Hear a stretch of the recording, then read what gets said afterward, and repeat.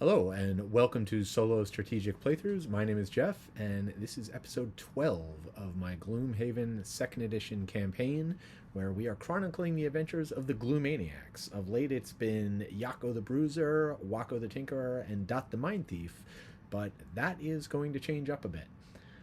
As in their last adventure, the crew went out to gather ingredients to help the Tinkerer towards his retirement goal of finding the cure. And so they were able to do that and kind of progress to the next step, but it also is time for Dot to say goodbye as she has finished out her life of adventuring, completed her personal goal, is ready to move on. So there's a lot that's gonna go on here. We have a really interesting scenario I'm gonna be continuing the find the cure scenario, as well as unlocking a new character. And spoiler alert, it is going to be the music note character. So if you're spoiler averse, you can duck out now, but I'd stick around. It's going to be pretty interesting. I have never played this class before, wasn't even aware of any of its abilities, had never unlocked it or opened it, so all new to me. Really looking forward to checking it out. One thing we have to do, which actually I should have done last scenario, so before we even get into the city phase, Dot did complete as soon as that chest was looted. In fact, technically, you don't even wait till the end of the scenario. It says as soon as she's seen the 10th chest looted, which she did, go ahead and read the text, which has you do everything to prep for retirement. Even though you don't retire yet, you retire next city phase, that's coming up. But one of the things you do is, having unlocked the new class, there are events that get shuffled into the event deck. Very important, if you own 2nd edition, if you're playing through, these checkboxes that you see here and numbers are left off of the printed version that comes with the game. So I actually had to go onto the website, Cephalo Fair's website, where I was able to download these. So definitely make sure you do that so you don't miss out on these events. I have shuffled the 2 events in, and now we can move on to the city phase. And for the city phase, we had an event that I won't go into too much detail again to not spoil anything, but I will say that a rich person wanted me to do them a favor and help them out, was offering to pay me some money. And just to talk about from a strategic standpoint, I could tell from the way it was worded and the choices I was given that it was probably going to have something to do with my character skills. So, don't forget that each of your characters has 3 skills. In addition, sometimes their species could matter too. Take a look at the back of your character sheet if you've forgotten what their abilities are, and think about if you have any that might help you out in a certain situation. In this case, it paid off. I got 30 gold. Now let's go through the individual characters, starting with the Inox Bruiser Yakko. The Bruiser actually completed his personal goal in terms of having to poison himself 7 times, so he's good to go on what I presume is the final stage of his personal quest. Probably do that next time. But in the meantime, he did level up to level 5, also picked up a pair of perks, one from the level, one from check marks. So for one perk, I decided to go ahead and give him a couple of rolling modifiers, a disarm and a muddle. And for the other perk, I put the +3 in his deck, give him a little extra firepower, especially since he's no longer going to have the Mind Thief to help dole out tons of damage. For his level up card, I was looking at the level 5s, mainly skirmishing maneuver and defensive tactics. I can imagine there are some who enjoy playing a really big defensive build, but skirmishing tactics is right up my alley for playstyle. I love being able to do moves and attacks together.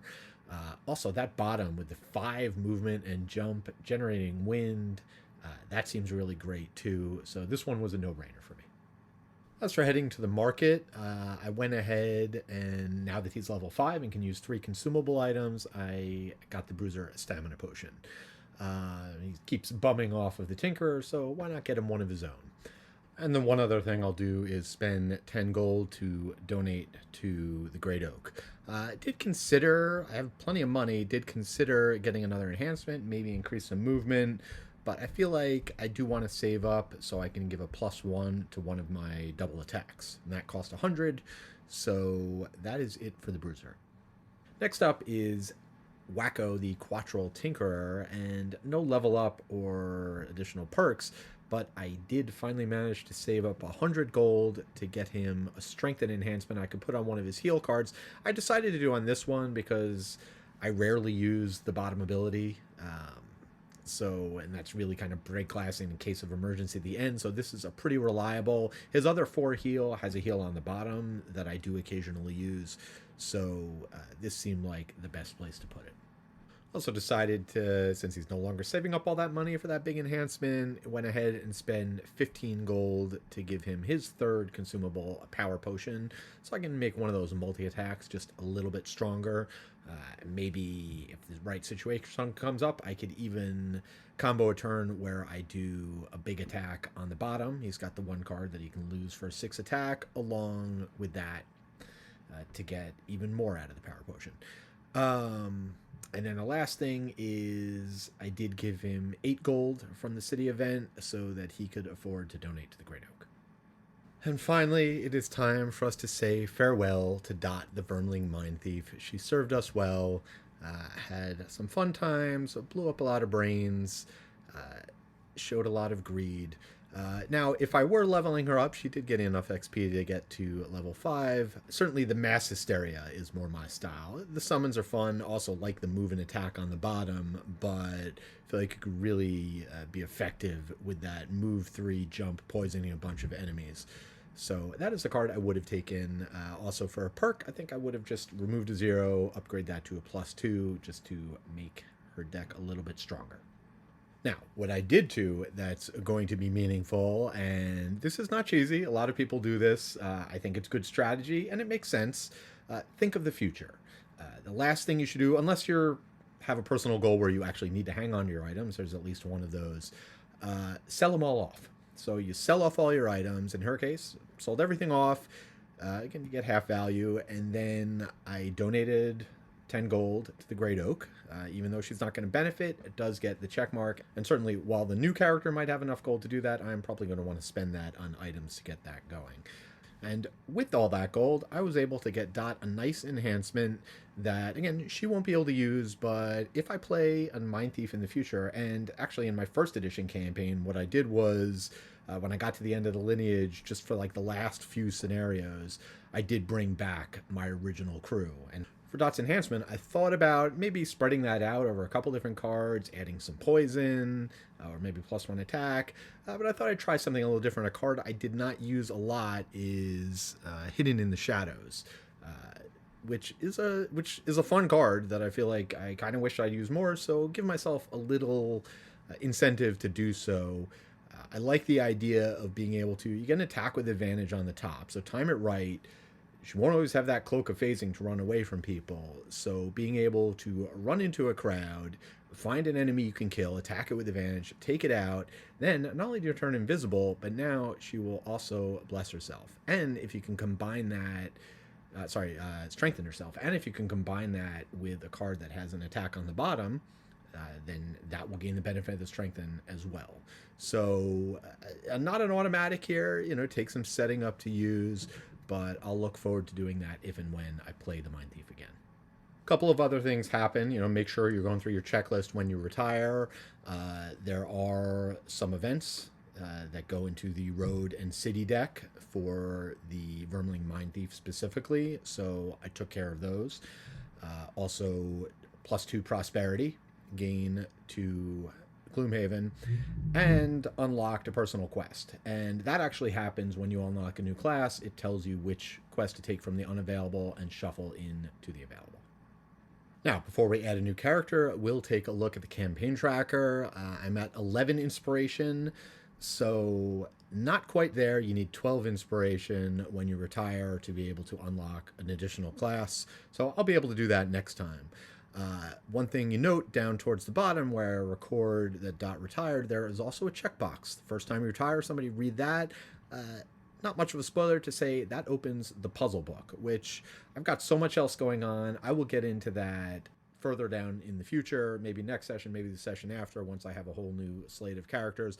I'm not really going to go into any of the spoilers on the puzzles. I'll let you figure all that out. But obviously, if I get rewards, I will let you know about them here. And last on this, you can see prosperity level just fell short of prosperity level 3. That does mean that my new character is going to come in. It's half the current prosperity level, which is 2 rounded up. So new character is going to be level 1 with traveling with 2 level 5s. So it should be an interesting combination. And without further ado, it is now time to introduce the newest member of the Gloomaniacs.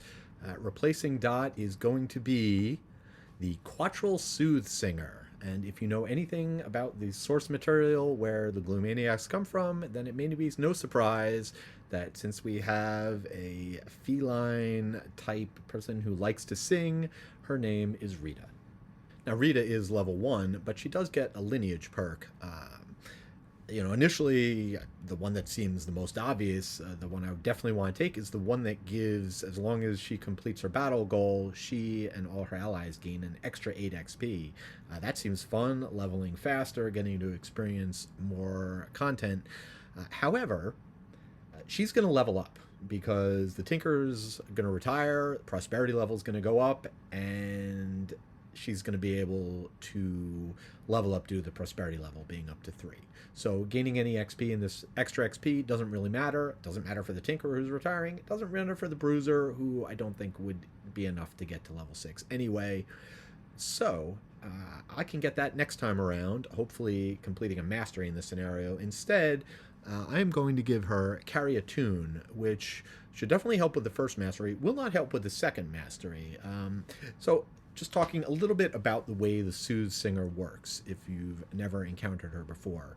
The mechanic that she has is she has cards that generate notes. Represented, there's high notes, low notes represented by the symbols of a treble clef and a bass clef. And then she has a variety of songs, which are persistent effects that last a variable number of rounds, that in order to play a song, you have to spend notes. And it shows you on the song what combination of notes you have to spend. You can store up to a maximum of two of each note. You can only generate 1 from playing cards a turn. She has at least 1 other card that allows her to generate additional notes. But whenever you play a song, it wipes out all your notes, so you don't get to keep any extra. So this card effectively gives you a refund. So let's say I've stored up 3 notes, I play a song that cost me 2 notes. Instead of losing the other one, well, I'll still lose the other one, but because of this perk, I'll then get to gain 1 back, and it's one of my choice. So it could be that I'm looking, had an extra high note, and I'm looking for a low note instead. So again, this will not help with the second mastery, which requires you to gain 20 notes and spend all of them. So I think if you lost any and then regained, that would break the perk, pretty sure. But it will definitely help for the first one, which I'm going to try and do this game, which is just to play 7 different songs. She has exactly 7 different songs, so I will have to include 2 X cards. For Rita's items, she gets 35 gold, prosperity level 2. Don't know a lot about the character yet, but a stamina potion, always useful, especially as I'm trying to make sure I can get all these songs into play. Weather boots, always useful for the extra movement. And then 10 gold left. I suppose I could have donated that to the Great Oak, but we'll try and get some items, outfit her, and so I will give her the Soothing Lens. Last but not least is her personal goal, and she has ended up being the Aberrant Slayer. This one's very straightforward. I've already unlocked the power of enhancement, so I just need to save up 150 gold, so at least, so I can put a wild element generation symbol, and it doesn't have to be on hers. I can actually enhance somebody else's card. That will unlock the Triangle class, which I've actually unlocked before. I unlocked it when I played First Edition. Have never, however, played that character. So that's going to do it for the very active city phase. Now we move on to the road phase, and the roads are just city streets. As for the first time, we are not leaving Gloomhaven. We're just going to the Alchemy Lab, which is 62. So there will be no road event. We can just get right into it. And what else is new, as the Gloomaniacs have found themselves in quite a situation of wacky hijinks. They brought the ingredients they found in the last scenario to the alchemist, who started to mix things, and then too late realized he had miscalculated And we told us all to run because the potion was about to explode. Explode it did, releasing toxic vapors or something into the environment, blowing open cages. So inside these rooms, which we haven't gone in yet, there's no doubt all sorts of enemies. Why, look at the assortment of collection we have here that are going to show up. There are a lot of interesting mechanics going on in this scenario, which I am going to be playing at scenario level 3, right? I've got a 5, and a 1, so an average level of between 3 and 4. Have that, it's like 1.8, that rounds up to 2, and then because I'm playing solo, again using the first edition calculation rules, I will bump the scenario difficulty up to 3. For this scenario, the goal, very straightforward. You've got 2 sections of the map which are considered outdoors and safe from the corrosive effects inside the lab. Here and up here. You need to find the 4 treasure chests, and you need to make sure which represent the various ingredients you need, and you need to make sure you get them outside. If you exhaust while inside, that is bad. You lose the scenario. So just need to grab the chests, which, I can guess are probably going to be in rooms 1, 2, 3, and 4, and then get out of here.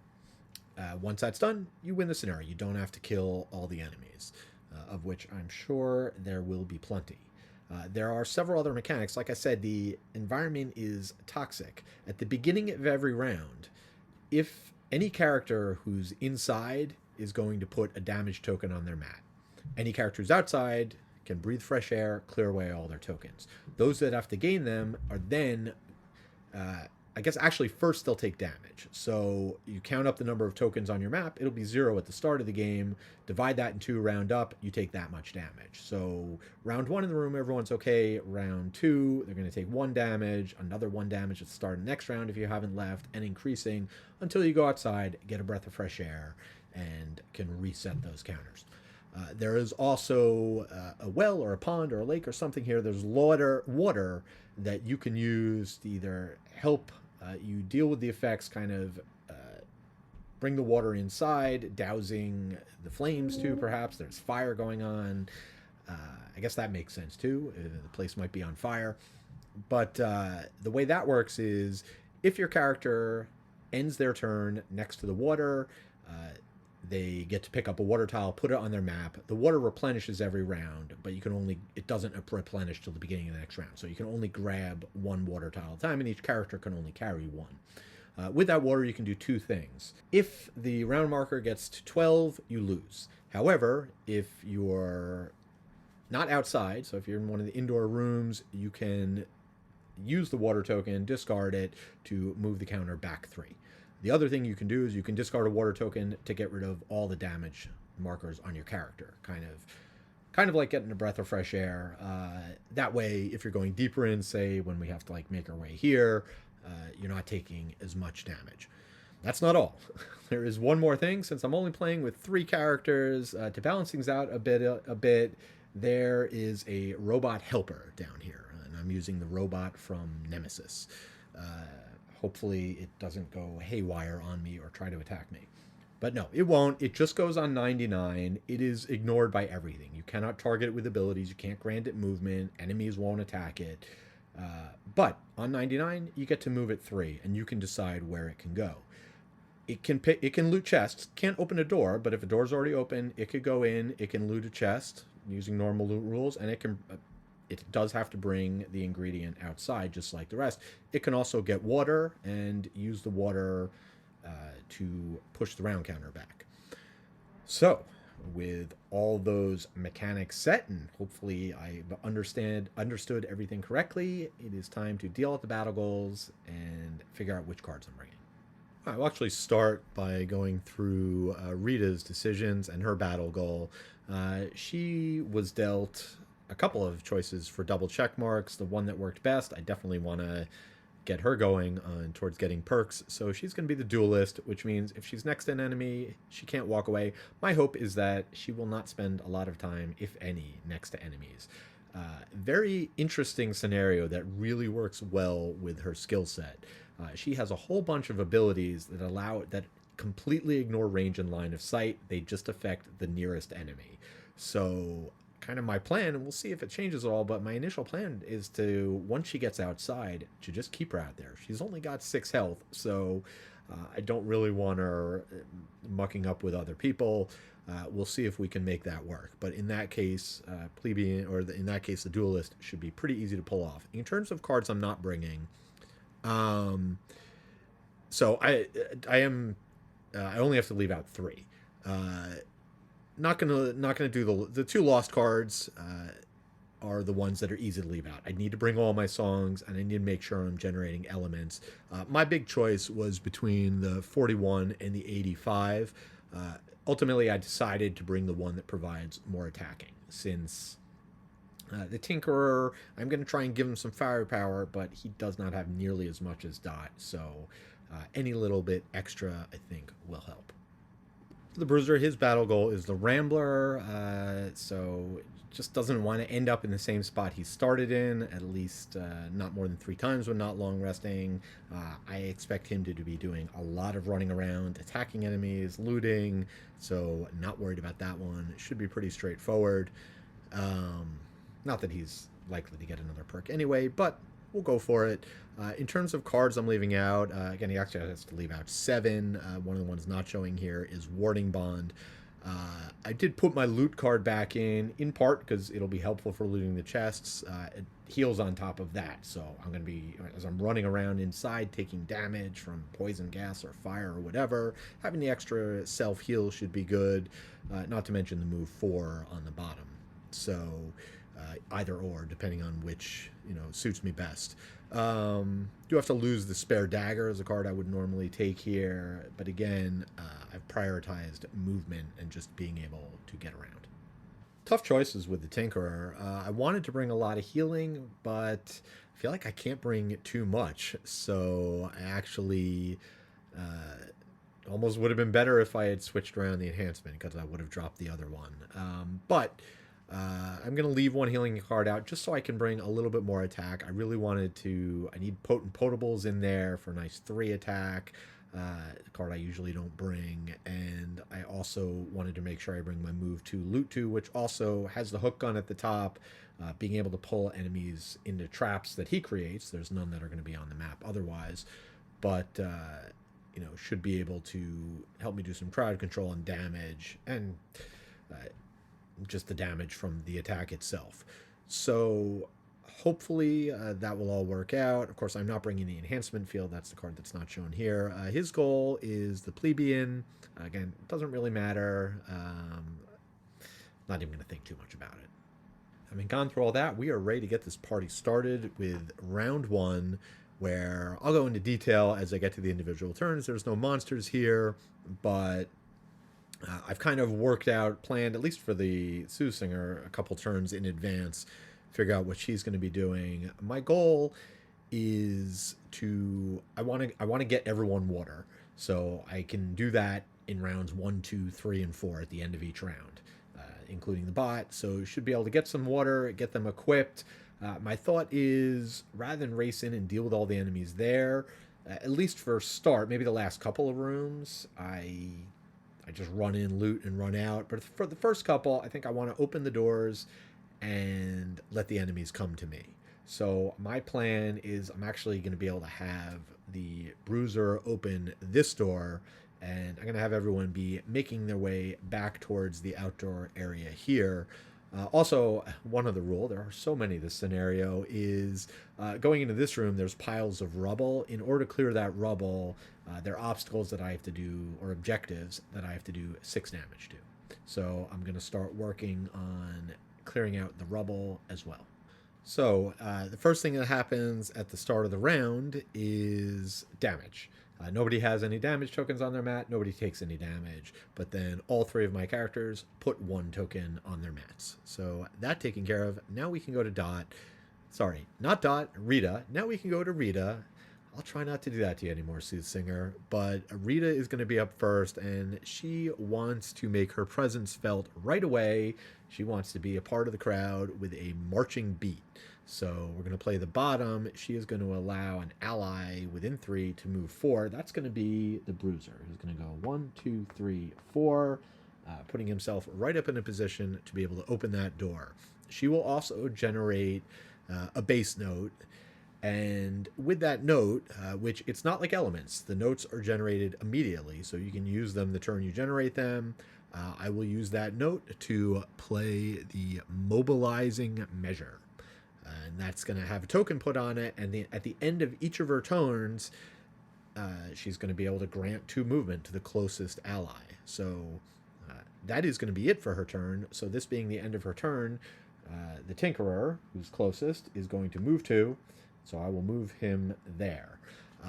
And now the token actually stays in slot number 1. For her songs, they all move at the end of the round.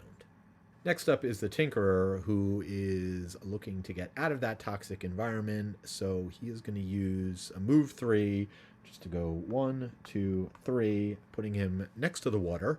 And then he will go ahead and use the Potent Potables to do a 3 attack on the rubble. I don't think you can muddle rubble. In fact, I know you can't, but we are going to try and do damage. It's got 6 health.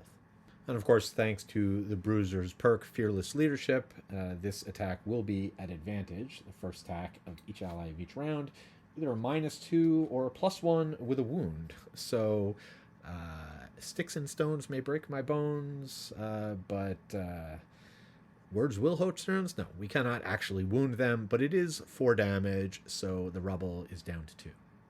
That'll do it for the Tinkerer's turn, and since he's standing next to the water, he will go ahead and loot it and put it on his player mat. Next up is the Bruiser, and he is going to go ahead and do a 5 movement with jump. I'll go ahead and just generate the air now so I don't forget. And so first move is going to be to open the door, and let's see what's on the other side. All right, so in the room, we have found a bunch of the wildlife as either, I don't know if all this stuff was inside or they came in through the hole in the wall caused by this crashing log. But either way, I don't think I want to stick around here. Technically, yes, I could run up and loot the chest. I don't think that's a good idea. But even before I make the decision, let's see what the enemies are going to do. Oh, and shout out to Sebastian for suggesting in my last video, could I make the monsters more visible? The answer is yes, I can. Didn't even have to change camera angle. I just used the bases, so I've got them tilted, which should make it a little bit easier for you guys to see what's going on. Hopping over to X-Haven, we've got all the enemies queued up, so we'll go ahead and draw and discover that the hounds are moving and just muddling. A hasty assault for the cave bear, so they're going to make up quite a bit of ground. And the spitting drake going to move 3 and do a ranged attack. So yeah, I don't want any part of any of that. Bruiser has 4 more points of movement, so we'll go ahead and go 1, 2, 3, 4. Get him over here. Then he's still got Juggernaut, so I'm going to go 1, 2, and obviously these lead to the same room, but just to give myself more option, and I have the attack, I'll go ahead and do a 3 attack, and again, this will be at advantage from Fearless Leadership. And that is going to be either a +1 or... Okay, a retaliate. So interesting. A rolling modifier. As Bill pointed out last time, I played that wrong, so it's a good opportunity for me to explain it right. When you draw advantage or disadvantage, if the first card is a rolling modifier, stuff happens. We won't get into it now. If the second card is a rolling modifier, you just ignore the rolling modifier. You treat it as if it didn't have one. So I can either be +1 or I can queue up the retaliate 2. And I think what I'll do is I'd rather that damage go onto an enemy than a pile of rocks and rubble, so I will go ahead and choose to take the retaliate effect. That will be 3 damage to the rubble pile, down from 6 to 3. Now the enemies are up, starting with the hounds, who are going to just move 4. The one in back is the lower number, so he'll move first. We'll try to keep him on his stand. So that's a move 4. Then this guy will move 1, 2, 3, 4. knocking the cave bear over, but the cave bear's up next, and he's going to move 5. That's where the cave bear will end up, and then finally the drake will move 3. So 1, 2, 3. And actually, technically over here.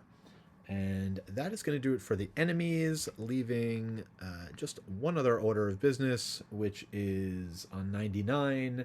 The robot helper is going to go ahead and move 3 of my choosing. So I will go 1, 2, 3. I mean, I thought, I could send him in the direction of the chest, but I feel like this is a good opportunity. Send him out. He can get water on round 4. Then he can head back and go for a chest. All right, round 2. At the start of the round, the water replenishes. The Tinker is safely outside. It gets rid of all the damage tokens on his mat. However, the 2 characters inside, Rita and Yakko, they both take 1 damage. Rita down to 5, Yakko down to 17, and then they put a second token on their mat. So that is going to be the start of round. Now, as for my abilities, want to be going pretty quickly. Going to have Rita head outside. She'll also be able to have the Tinkerer move and attack and hopefully take out that rubble. Then I don't know what enemies are going to be in there, but I want the Tinkerer to be able to go very quickly after that, hopefully. So I've got him on a 14, where he can potentially fire off a range 4 attack and also give him plenty of movement with the other cards so we can see how things develop. And, depending on things, I might switch it around. I might want to throw a trap in there instead, depending on what the enemies are planning on doing. We shall see. For the Bruiser, he's going on 23. I do need him to go after the Soothsinger, because I'm going to position things so that her song, which, by the way, should have ticked down 1 at the end of the round, so she's actually got 1 XP, but I want her song to be able to move him so he can move, and that'll be on 12, so hopefully get him a little farther away from the enemies unless they go super fast, and then he can fire off a ranged attack and make his way into the room. And let's see if the enemies are going to cooperate with my plans or mess them up, as it is going to be a low slash, which is a wound and model, but that's on 14. But fortunately, I do believe that the Bruiser is going to be just out of range thanks to the marching beat. A hasty assault for the spitting drakes, again, should be able to get out of their range, and a calculated strike. All right, not gonna have to. So I'm pretty sure if I work this out right, I am not gonna get hit, but let's find out. All right, so Rita is gonna kick things off again, and she's going to use the Power Ballad just for a move 4. She's going to get out of here going 1, 2, 3, 4. I would move her closer to the water, but I need to set things up to make sure that I can correctly use her song. So just zooming out a bit so you can see, what I'm going to do is I'm going to then have a call to action. She's going to target the Tinker within range 3, going to give him a move 3 and attack 2. Of course, he's just going to move 2, and then he'll go ahead and do a 2 attack on the rubble, which is already down to 2 health. And that attack is going to be, all right, so a 0 and a +1 to heal an ally, so I think he will return the favor and go ahead and heal Rita back up to 6.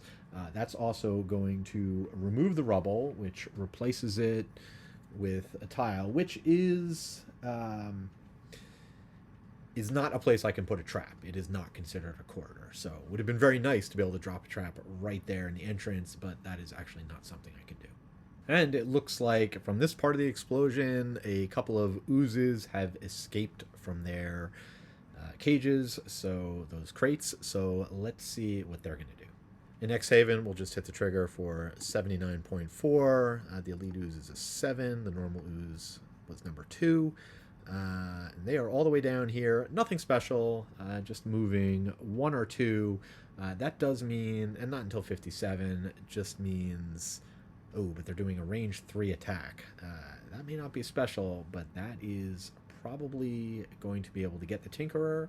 Though I do have 4 movement, I'm going to have to see how I can work things out. Last but not least, she will go ahead and generate a base note for playing Call to Arms. which I'm sure we'll be able to put to use next turn. And then we'll go ahead and activate Mobilizing Measure, which is going to allow the nearest ally to move 2, and I've set it up so that it's a tie. Both the Bruiser and the Tinkerer are 5 spaces away, and in that case I get to choose. So let's have the Bruiser hurry up and get away from those enemies. The Cave Bear is up next with the low slash. It is going to move 3, so it'll go 1, 2, 3. Just not able to get within reach of the Bruiser. Thank goodness, because he would have locked the Bruiser in place. Well, actually, the Tinkerer goes before the Bear, so we'll just take care of that now. I skipped them over. I mean, I could drop a trap in there, but then I wouldn't be able to move. I could summon a decoy, but not really worth it at this point.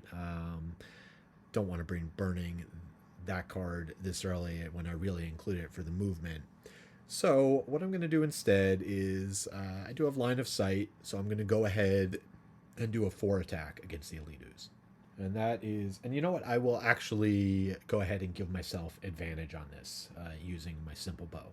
So that is going to be either a +1 or a -1. So at least I've cleared the -1 for whatever my next attack is.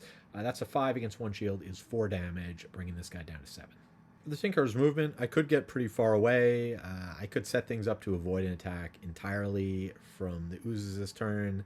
However, given that I do have this plan with the water, I want to get it. Somebody's going to get hit anyway. I would rather it be the Tinkerer than the Bruiser. So I'm just going to kind of reposition myself a little bit closer to where the other enemies are going to be. I'm going to move down 2. This way, I'm still in a position where the Ooze doesn't have to move. So let it stay where it is rather than come further out. That'll give me a little bit more latitude to get away from it if that's what I choose to do. It'll also make the Oozes bunch up. That's going to do it for the Tinkerer's turn. For the Bruiser, I've got my move 4, so I can go ahead and go 1, 2, 3, 4, and that'll get me up and ready to go to collect water, and then also within range so that I can attack the Elite Ooze. I do have a range 4 with my hook and chain, so we'll go ahead and do a 3 attack. And that is going to be +1. So it's a 4 against the 1 shield, is 3 more damage to the Ooze, which is very good to see, because if you've never encountered these before, they have a nasty habit of splitting. But when they do that, if memory serves me right, they take 2 damage, and then the new one has that hit points. So the more I can get this down, the better. Now, I could pull the Ooze closer to me. I do not want to do that. So that is going to be the end of the Bruiser's turn, and then he will go ahead and collect the water tile. Next up are the enemies, starting with the Drake, who's going to move 4 and then just do some muddling. Not that he can reach anybody. 1, 2, 3, 4. He will just end up there. Now the Oozes are up. The Elite is going to move 2, doesn't need to, as it's range 3. The other one's only going to move 1, so will not be able to get in range of attack, but the Elite will go ahead and do a 3 attack with poison against the Tinkerer. And we'll just use the empty room for now. 3 attack with a 0, so 3 damage to the Tinkerer. All right, now with the non-Elite Ooze, again, it's going to move 1 closer to the space. I'd rather it move down, but I'm pretty sure it's going to go here, because when there's a tiebreaker, up, down, left, right. So, up first. That is going to do it for the Oozes, and we'll just finish off with the Hounds. Calculated strike, just moving 2 and then attacking for 3. So this guy will run down here. This guy will go down here. Look at them all bunched up.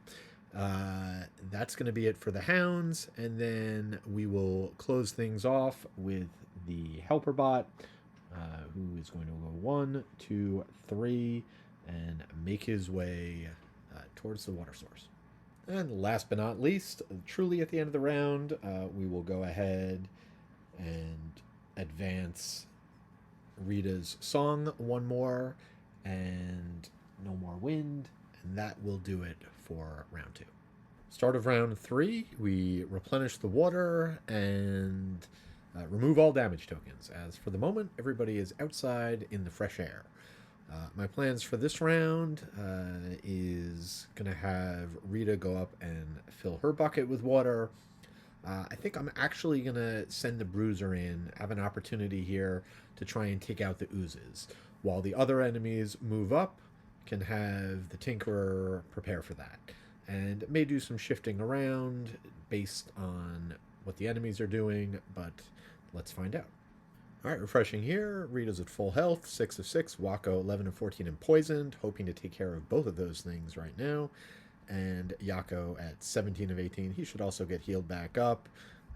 Actually, Rebel 4 is no more. We can remove that. All right, let's go ahead and see what's happening. Pack hunting. So those guys are moving 4. Not going to be able to attack anybody, but I was hoping they'd move up a bit. Ooze is not going till 66, so with a little bit of luck, we can take them out before that happens. Cave Bear, not moving very far, that's good. I was kind of hoping that these guys might bunch up, create a good target for the Tinkerer, and the Spitting Drake will also be moving up too, so we'll have to see where everybody ends up, but should work pretty well here as we'll kick things off with Rita. Right, so the Soothe Singer is up first, and Rita has been really interesting to play. I find you really have to think multiple turns ahead in kinds of laying out what you're going to do, generating the notes you need, which songs you can play, even if I weren't going for the mastery. I mean, at this point, I'm just getting a feel for the character. Really, the question will be, once I've already completed a song, focusing on different songs, that's where I think my play style will change a bit, since I'm working on the mastery and have to do all 7. But getting started with her turn, she is in range 4 of the bears, so she'll go ahead and do a 2 attack. And Rita's first offensive action of her trip in the campaign is a +1. Off to a good start. 3 damage to the bears. Got him down to 17. That attack will also muddle the bears. Doesn't matter. They're not going to be able to attack anybody. And then she will also generate a treble clef. So now you can see just below the card I've put, she's got a bass note and a treble note using the clef symbol. Then she does have a move 3 and a shield 1. I did consider, I'm just going to do move 2 to get next to the water. I did consider using my boots to go around on the other side, but I've got a pretty good range 3 attack. I'm probably going to use next turn or the turn after, so I'm going to trust in my allies to get in front of her and take any incoming fire. She will grant the Bruiser 1 shield, and then at the end of her turn, with the mobilizing measure, she'll go ahead and let the Bruiser move 2. So the Bruiser is going to head towards the oozes and into the room. Next up will be the Hounds, and they are doing pack hunting, so moving 4, 1, 2, 3, 4, and then the other one will move in front of him, and no attacks there. Wolves not interested in eating robots. Next up is the Tinkerer, and Wakko's turn going to be pretty straightforward. He's going to use the Crankbow to heal himself and the Bruiser. That'll put the Bruiser back up to full. That'll get rid of his poison.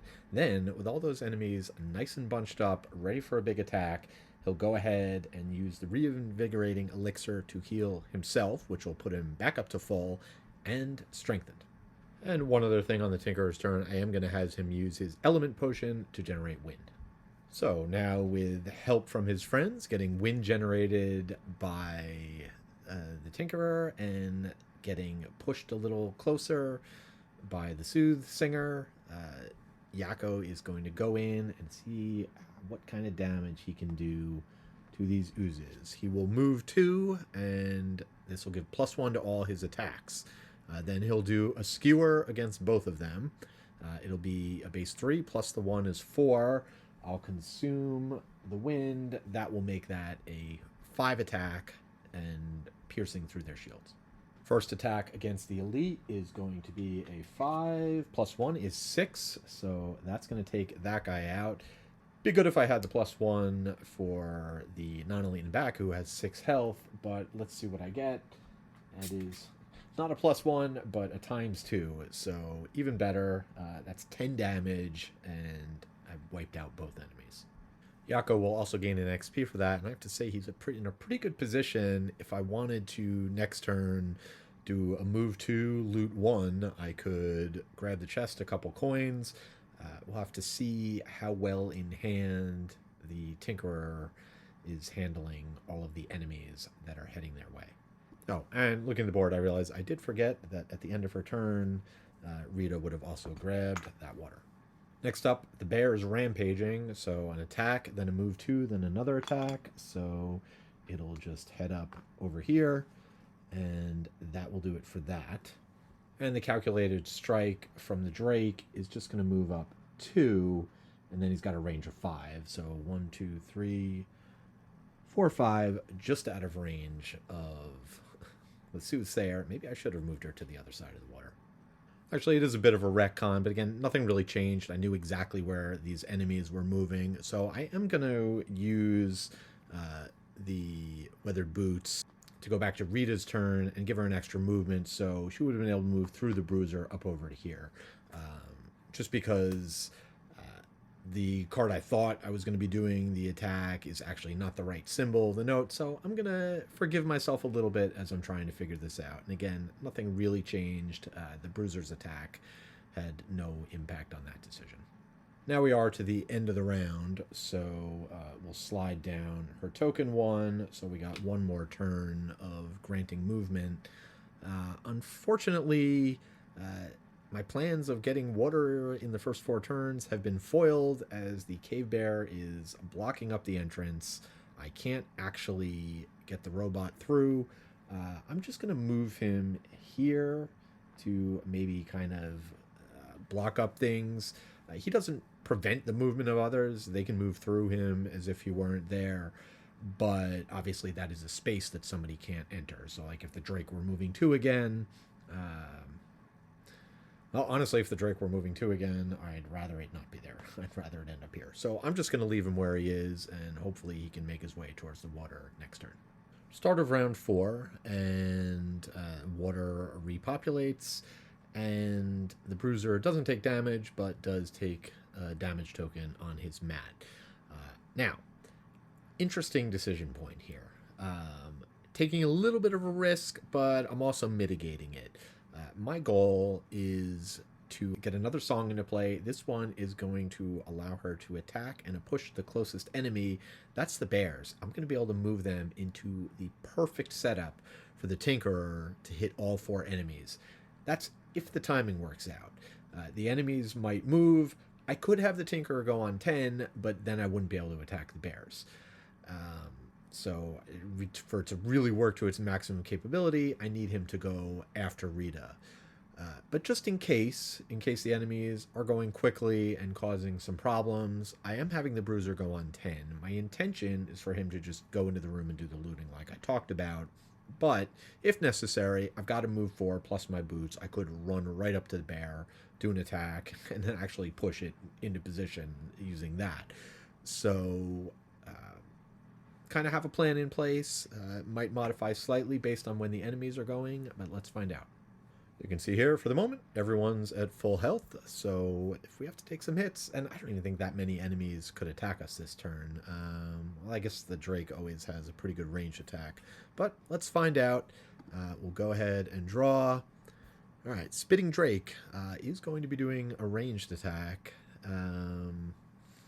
All right, so we'll have to figure out, but it's going after all of my guys. Bears are rampaging much later. Going to be able to stay away from them.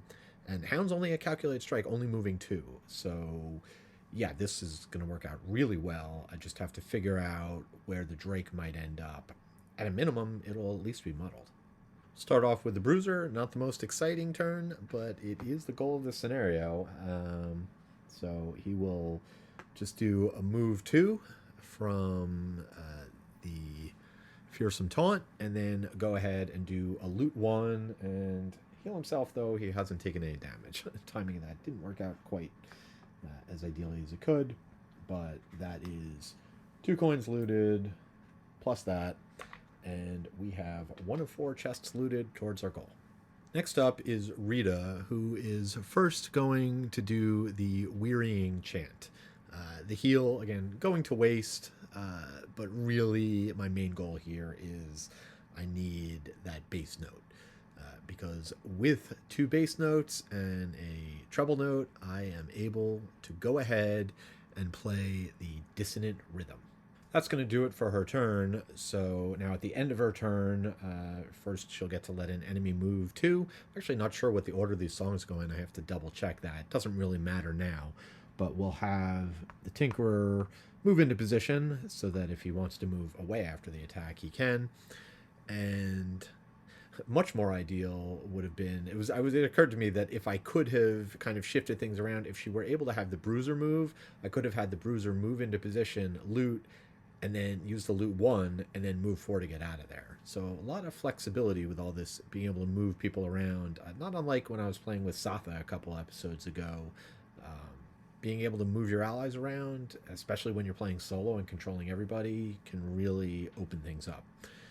In any event, that's the first one. Now the second one, we get to trigger off the dissonant rhythm.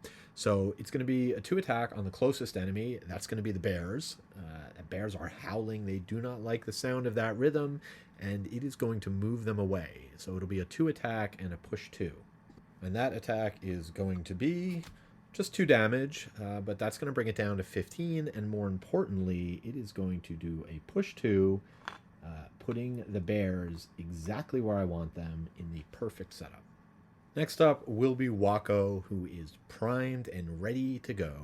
Potentially his biggest attack of the campaign so far, fitting in what this may be his swan song scenario.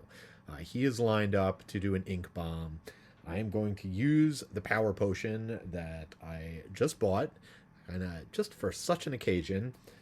It will be a 5 attack. He's still strengthened from having done that to himself last round. So a 5 attack with advantage against all 4 enemies.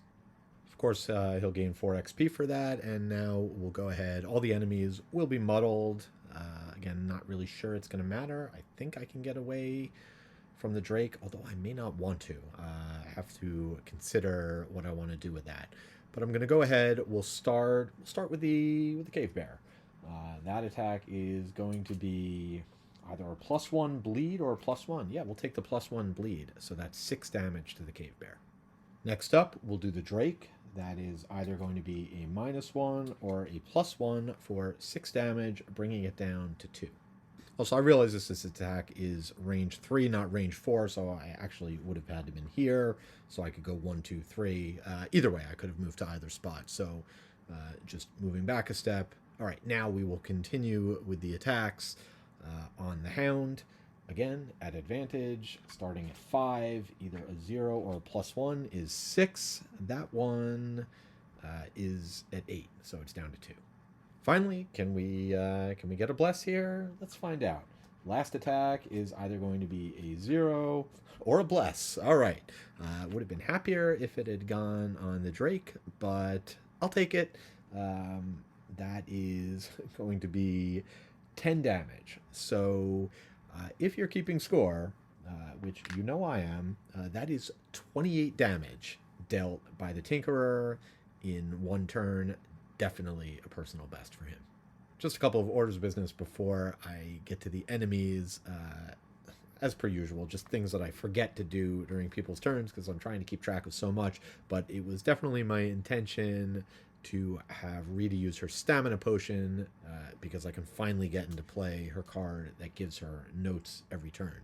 Also, thinking about how this is a really good opportunity to combine with the Tinkerer, who can let her get this back. So potentially she can get use of it twice if this is a really long scenario.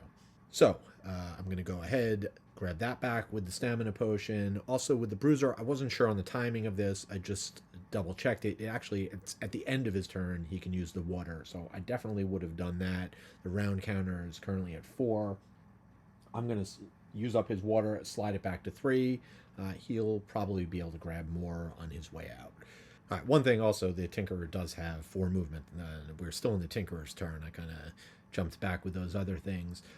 With that, I kind of looked around trying to see what the enemies do. Any way I could clear up space for the bot to move, and the answer is no. It is just very badly trapped in the corner. did not do the greatest job of positioning it. Probably going to change my strategy, what I'm going to do with that, but I can't even move it this turn anyway. So I think it's unavoidable that I'm going to take an attack from the Drake because it's doing that AoE. So I want to make sure it only attacks one target. But I do want it to move all the way up, so I have my best odds of taking it out. So I'm just going to slide back 1, 2 here, making sure I don't go next to the Soothsinger or she'll get hit as well. So now on to the enemies, starting with the Drake is going to do a move 3. It's going to attack in a triangle pattern, so 1, 2, 3 into there. It will target the Tinkerer. This is going to be a 3 attack. It is muddled, and it will also cause muddle, so the Tinkerer is going to be muddled. And that attack with disadvantage is either going to be a -1 or a -1, so 2 damage to the Tinkerer, back down to 12. Next up are the bears, or is the bear, who's rampaging, attack, nothing to attack, then move 2, so just getting a little bit closer, and attacking again, nothing. And finally the wolves, or the hounds, who usually move so far and so fast, are only moving 2 with a calculated strike, so they're stuck where they are, which is very unfortunate because my poor robot, who I've already decided I'm not going to bother getting water. If and when this clears up, I'm going to send him back in, potentially to loot the chest up here, but now that's going to take an extra turn, or maybe to get the one down here. Although, honestly, I don't know how much I'm going to need the bot. I feel like so far I am got a pretty good handle on things. And finally, at the end of the round, that will be it for this song, which depletes. But none of these songs are lost cards. They get shuffled right back into the mix, which is very cool. I like that idea of a mechanic. And I know that there's some Frosthaven characters who do this as well, but the idea of having a countdown tracks that just go to your discard pile when they're done instead of being lost. This one will go down as well, which will also give her another XP. All right, so as we go into round 5, and I am going to call it round 5, even though we've moved the round counter back, instead I'm just going to move the doom forward. So instead of the game ending at round 12, it'll now end at round 15. So, going into this round, obviously at the beginning, the water replenishes. The bruiser, who had 1 damage token, is going to take 1 damage down to 17. Now he's got 2 damage tokens. Okay, so my plan for this round, I want the Tinkerer to go pretty fast so that he can potentially move out of the way. Because if there's any chance the Bruiser can attack enemies that come up, he's going to probably have to end up standing where the Tinkerer is right now. So hopefully the Tinkerer can get out of the way, give the Bruiser at least the potential to attack, depending on what the enemies do. Bruiser's only got these 2 cards left before having to take a rest, so not like I have a lot of choices. For the Soothsayer, my goal this time is to get into play her card that generates an extra note every turn, which should be really helpful. Also occurs to me, really nice pairing with the Tinkerer. This will be my one opportunity. Almost makes it worth, might want to consider going for that generate 20 notes, because I can use this card twice, using the Tinkerer's stamina booster, potentially, to get it back. But that's the plan, and we will see where the enemies are. Okay, here's where we are, going at 10, 32, and 54. You can see Wakko's at 12 of 14 and muddled, Yakko at 17 of 18, and let's go ahead and check out the enemies. Cave Bear at 9, the Drake and the Hound both just at 2 health. Alright, so the hounds are going to be going very fast. Gripping Teeth moving 3, which means they are not going to get in range of attacking anybody, but they are going to get close enough that we can do stuff to them. So that's nice. Then it'll be Wakko, Rita, and Yakko going, followed by the K-Bear with a Rampage. Again, not going to be able to attack anybody. Spitting Drake moving up 2. Well, that's on 89. Hopefully they will be long dead by then. Alright, so the hounds are going to kick things off this round by just moving 3 towards the Tinkerer. So 1, 2, 3. Not close enough to get an attack in. That's going to be their turn, and now the Tinkerer is up. So the Tinkerer has an opportunity to do 2 attack with the hook gun, potentially pull an enemy towards. So I'm going to do that against the Drake, which will give me the best chance to take it out. Granted, this attack will be at disadvantage, but worst case scenario, if I don't kill it, I can pull it up and put it in a position where somebody else can. Alright, so a 2 attack with disadvantage is either going to be a +2 blast, +2 strength then. Wow. That would be great. Unfortunately, probably not going to be... Well, okay, the other option is a bless. But I actually think in this case, the Strengthen is considered the better card because it's a 2 attack. Both are giving it 2, in which case, clearly the other one has a Strengthen. That makes it better. So I am going to have to use the Bless. I'll do 4 damage, wiping this guy off the board. Can't really complain too much about that. All right. Then it's just a question of what I want to do with my movement. If I even want to go anywhere, maybe get closer to the hounds, not sure. Now, I do have 4 movement, but I don't think it's safe to get any closer to the bears. Because if the hounds are dead, which may happen, they'll be able to come after me. So instead, I'm just going to go over here. So the bears will move into the room, but they've only got 2 movement, so I won't have to take an attack from them. And that's going to do it for the Tinkerer's turn. Now Rita's up, and she's going to go ahead and get increased cadence into play. So now, for the next 6 turns, including this one, she will generate a note of her choice at the end of the turn that is in addition to any I generate from playing cards. Speaking of which, let's play the top of the other one with a singing arrow, as she will do a 2 attack, potentially a curse, and generating a treble note. That attack will be against the hounds, and it's going to be 3 damage. So it's going to take them out, and unfortunately no curse, but given how infrequently we're getting attacked by enemies, I think it's fine. And for my free note, at the end of the turn, I will go ahead and generate another treble note. So I've got 2 of those, queuing me up for another song next turn. And then we will go ahead and use the Dissonant Rhythm, which allows me to attack. I guess I actually could have moved the Tinker up, but again, I didn't know that I was going to be able to take out the Hound. So I am going to be attacking the bears. Another attack against them. It is going to be a 2 attack and a push 2. So let's see if our luck can continue as we draw just a 0, 2 damage. They're down to 7. At this point, I don't mind the bears being near me.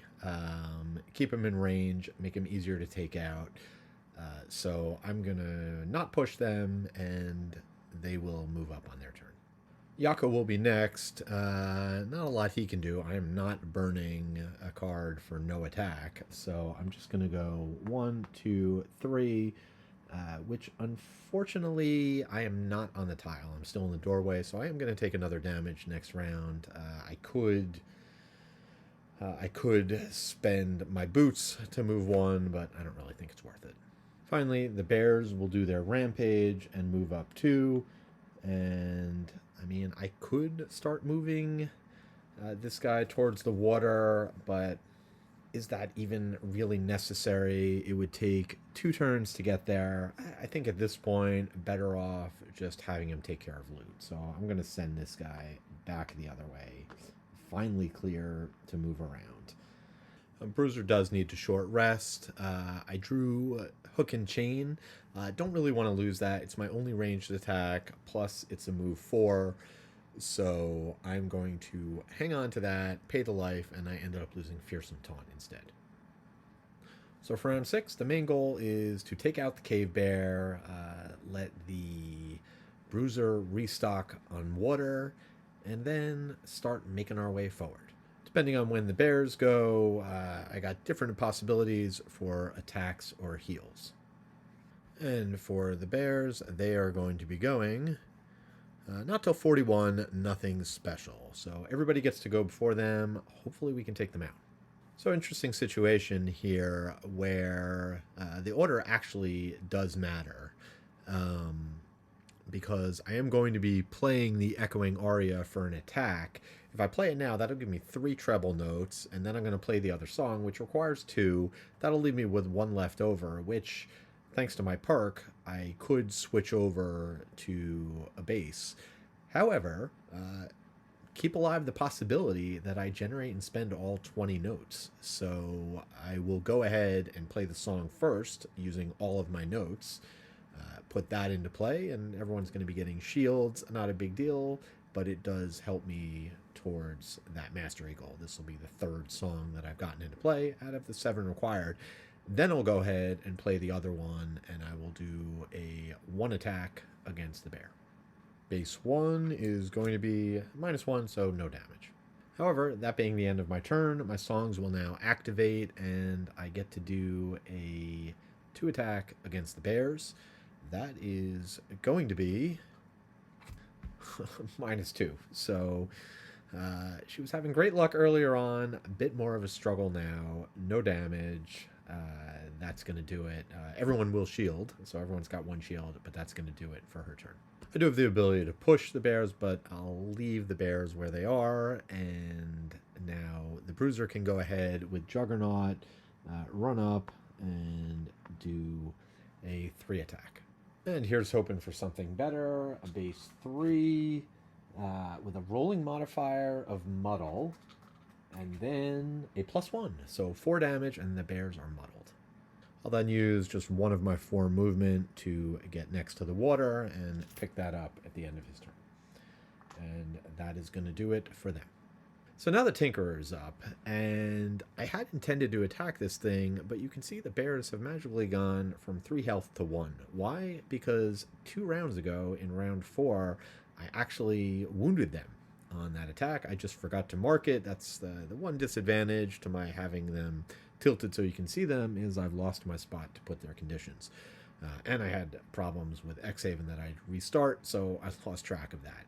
That said, the bears would have taken a bleed damage at the start of their action on round 4, which was after the Tinkerer, again on round 5, which would knock them down to 1, and now they are going to be knocked down again, and they're going to die at the beginning of their turn as they go down to 0. So that being the case, no reason for me to attack. Instead, I'm going to use Stamina Booster.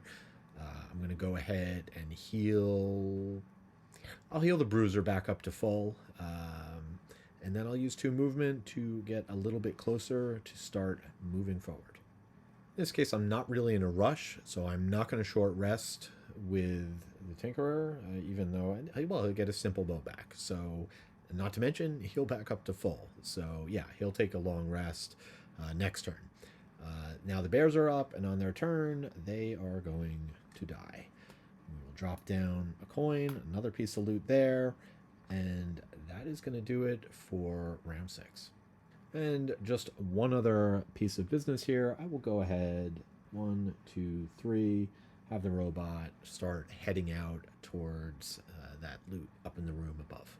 Just a little bit more of housekeeping as I get used to playing the Soothsayer. Increased cadence, which I already moved down 1. That would generate a note at the end of her turn. So going back to that, she already had a treble from the card she played.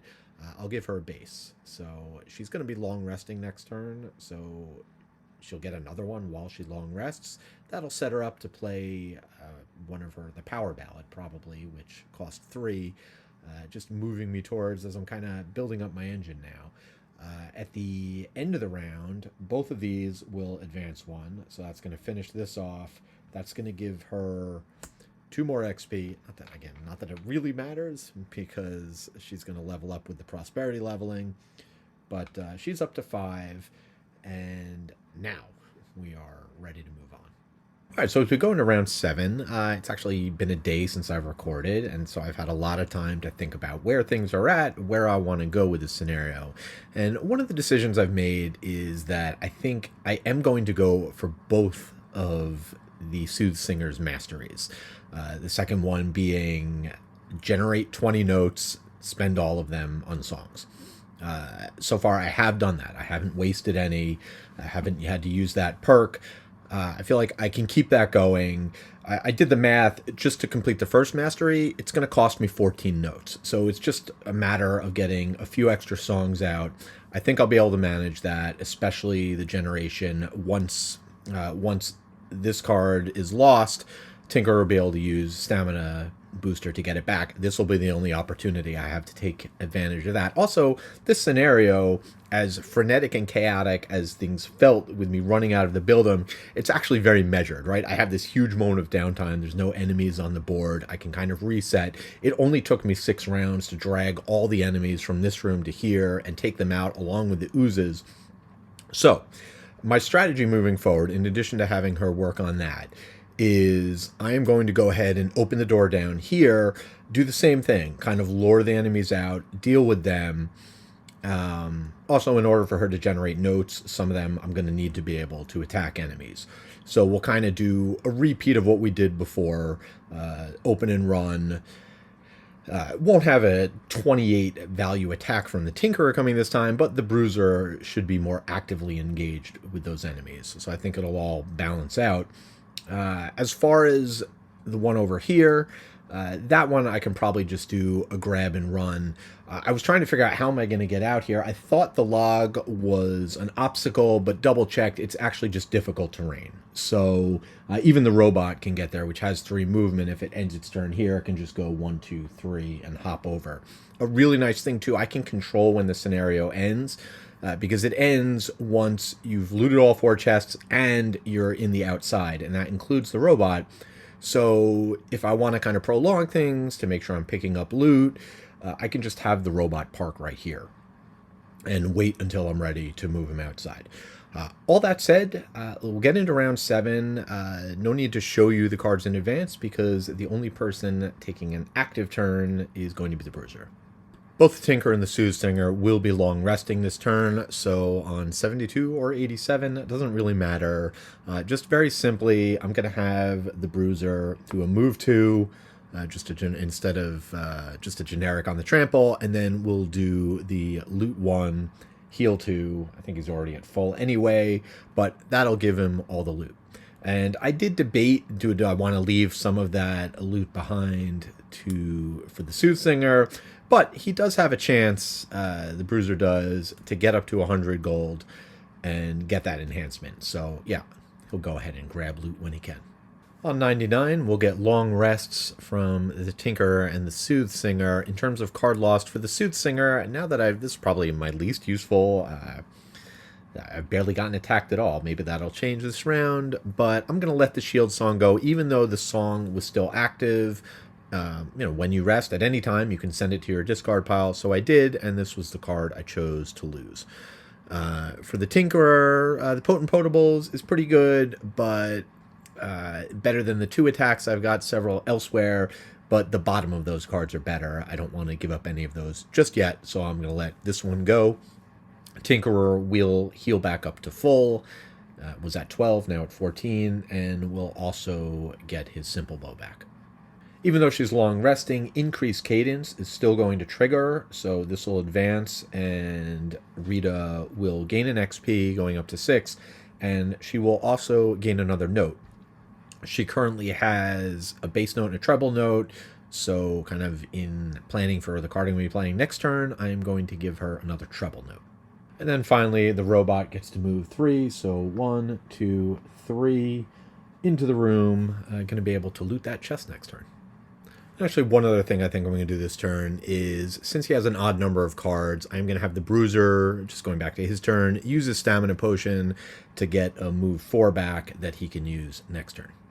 So, start of round 8, everybody's outside, so no damage tokens yet, and my plan for this round is, like I said, I'm going to send the Bruiser in to open that door. He's going to get a little push from the Soothsinger, who's also going to get her Power Ballad up. I'm just going to have him use, it's actually, I realize that move 5 is great, but I can get even more movement if I use the top ability for a move 2. So I'm going to be able to do the move 4, open the door, kind of evaluate, find out what the enemies are going to do, see, who knows. Depending if they're not doing much, it might be worthwhile to just go into the room, hit a couple enemies, or I might turn right back around and run out.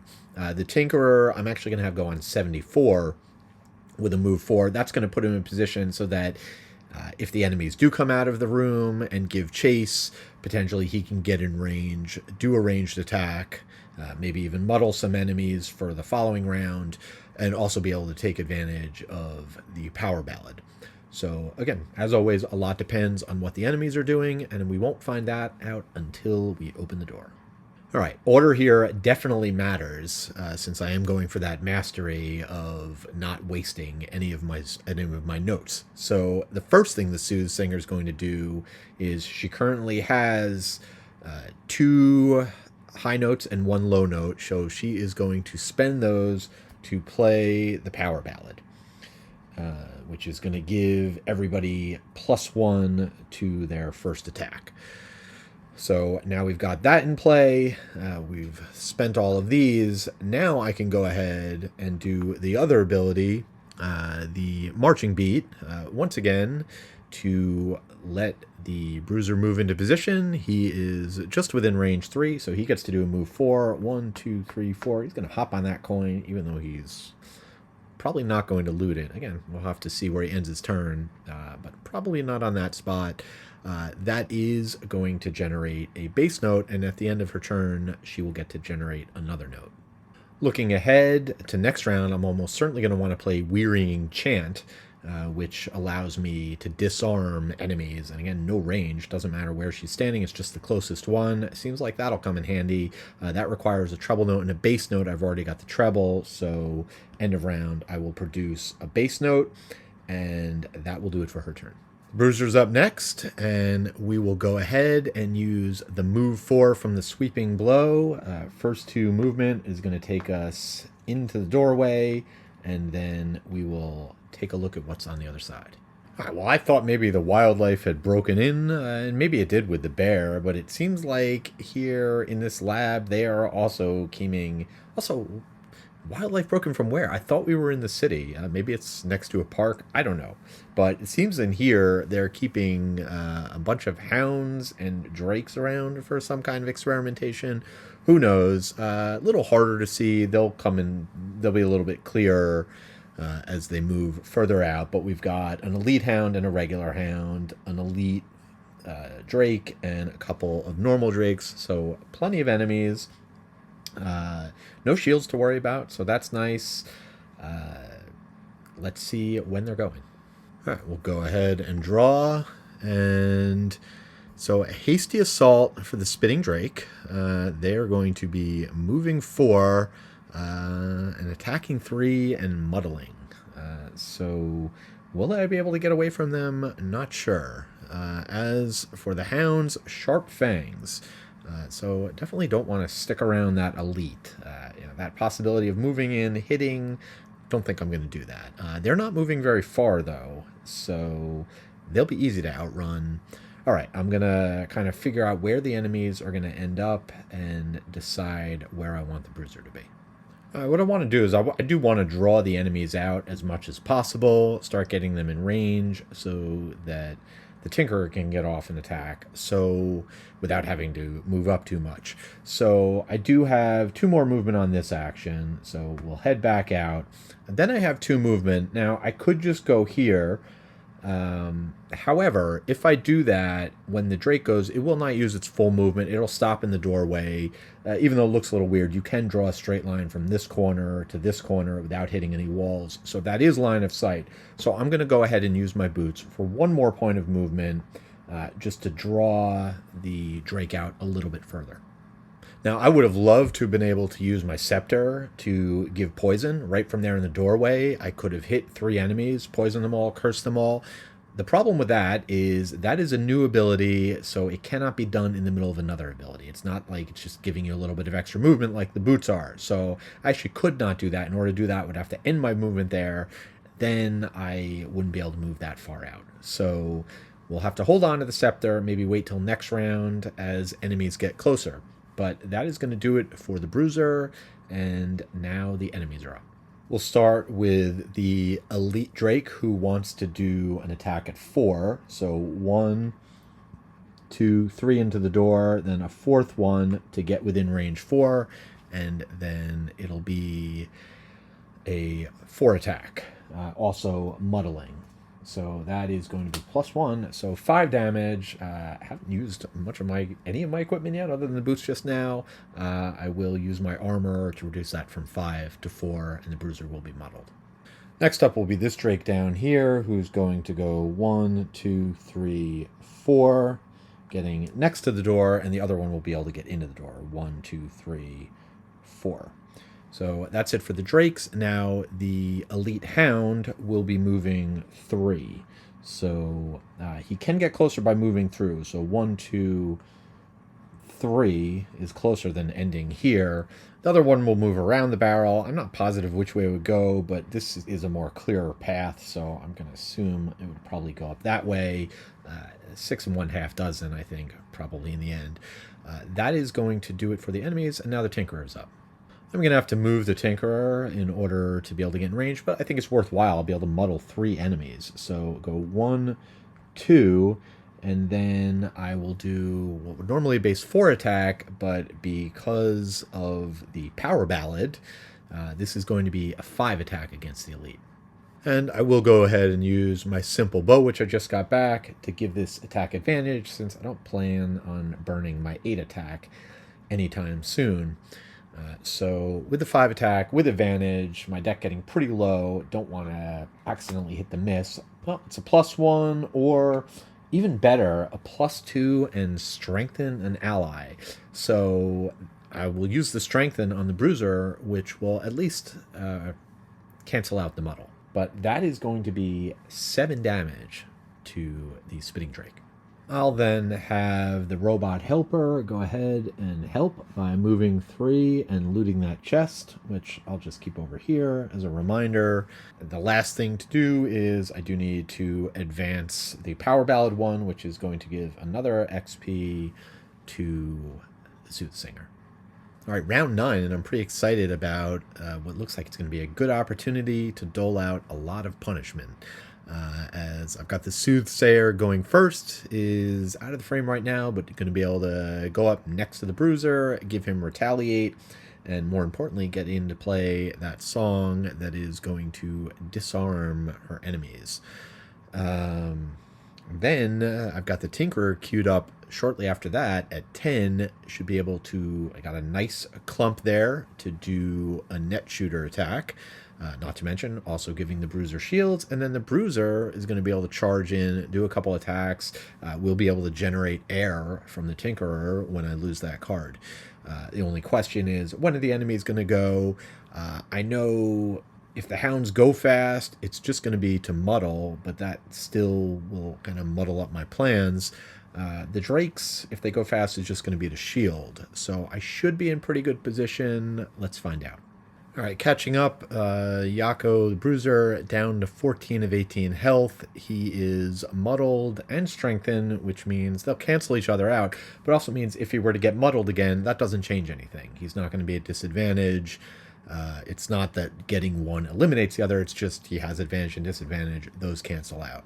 So that's good. The other thing, at the start of the round, both the Tinker and the Bruiser, who is standing in the doorway, is not technically on the outdoor tile, so he will put a damage token on his mat, but they started with 0, so they started with 0 tokens, so no damage to either of them just yet.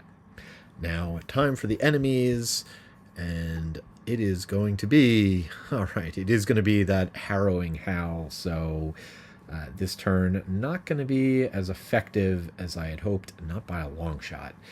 We'll just have to work through it, as the Hounds are going to be running in. We'll see where they end up.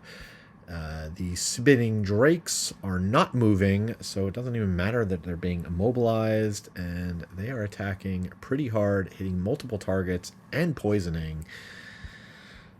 All right, this is and going before Yakko, so not a great looking situation. Going to have to really analyze how this might all work out. One thing I don't have to analyze too hard are the Hounds, because they're going before me. So this guy is going to move right up and muddle both the Bruiser and the Tinkerer, and then this guy will go 1, 2, 3, 4, getting in position there. Rita's up next, so she's going to get down in the fray, going 1, 2, 3, and she will give the bruiser retaliate. Then she'll play her song, spending her 2 notes, which is the wearying chant, which at the end of her turn is going to disarm the hounds. So not going to help me for this turn, but should definitely be helpful for next turn. So that's it for the main part of her turn. Now the end of her turn, she will go ahead and disarm them and then get to generate a note of her choice. Looking ahead to next turn, it seems like this will be a good opportunity to play the Echoing Aria, which gives allies Retaliate 1 at range 2, so useful against these drakes, and 5 initiative. In order to do that, I'm going to need 2 base notes, so I will generate a base note now, and then I'll play a card to generate the other one. She'll gain an XP for both the increasing cadence and the wearying chant, bringing her up to 9. Again, XP totals don't really matter. She's going to get the prosperity level up, but it is good to know that she is capable of churning out a good amount of XP. Well, this certainly isn't optimal for the Tinkerer, but I'm going to go ahead and use the attack, even with the disadvantage.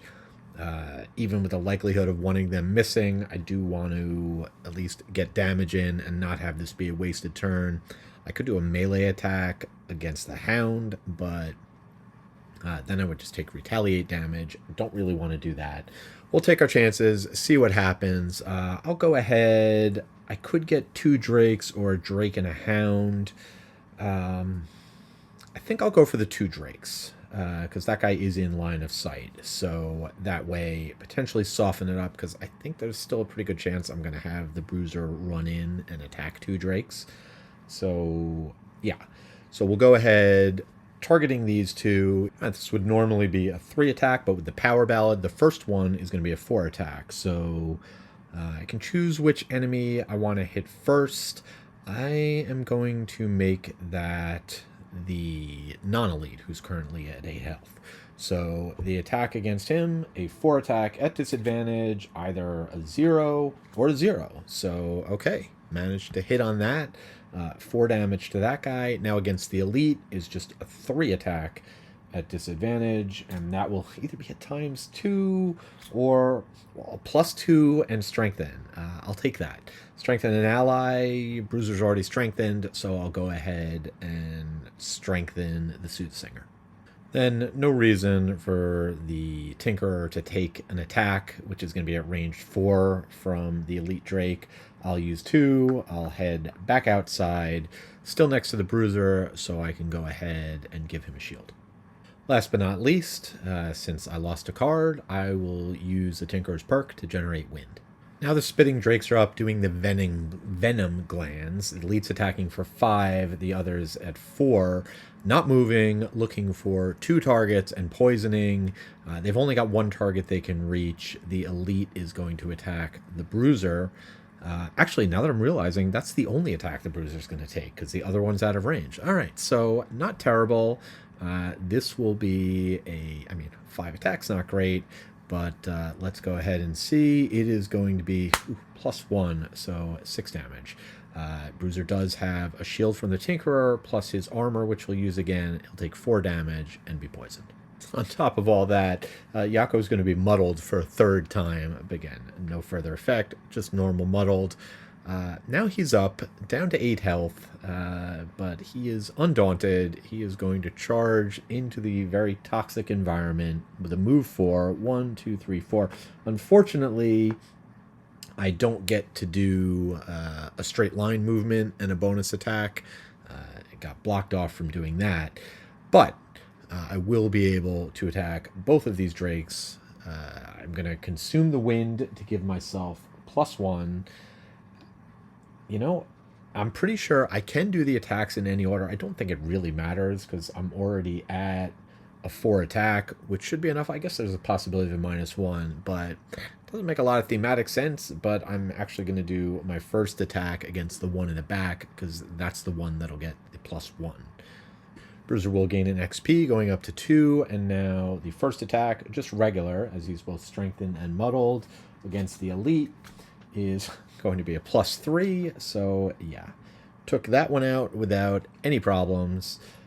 Next attack is going to be against the one behind it, and that is going to be a 0, which is 5 damage, also taking that guy out. So pretty effective.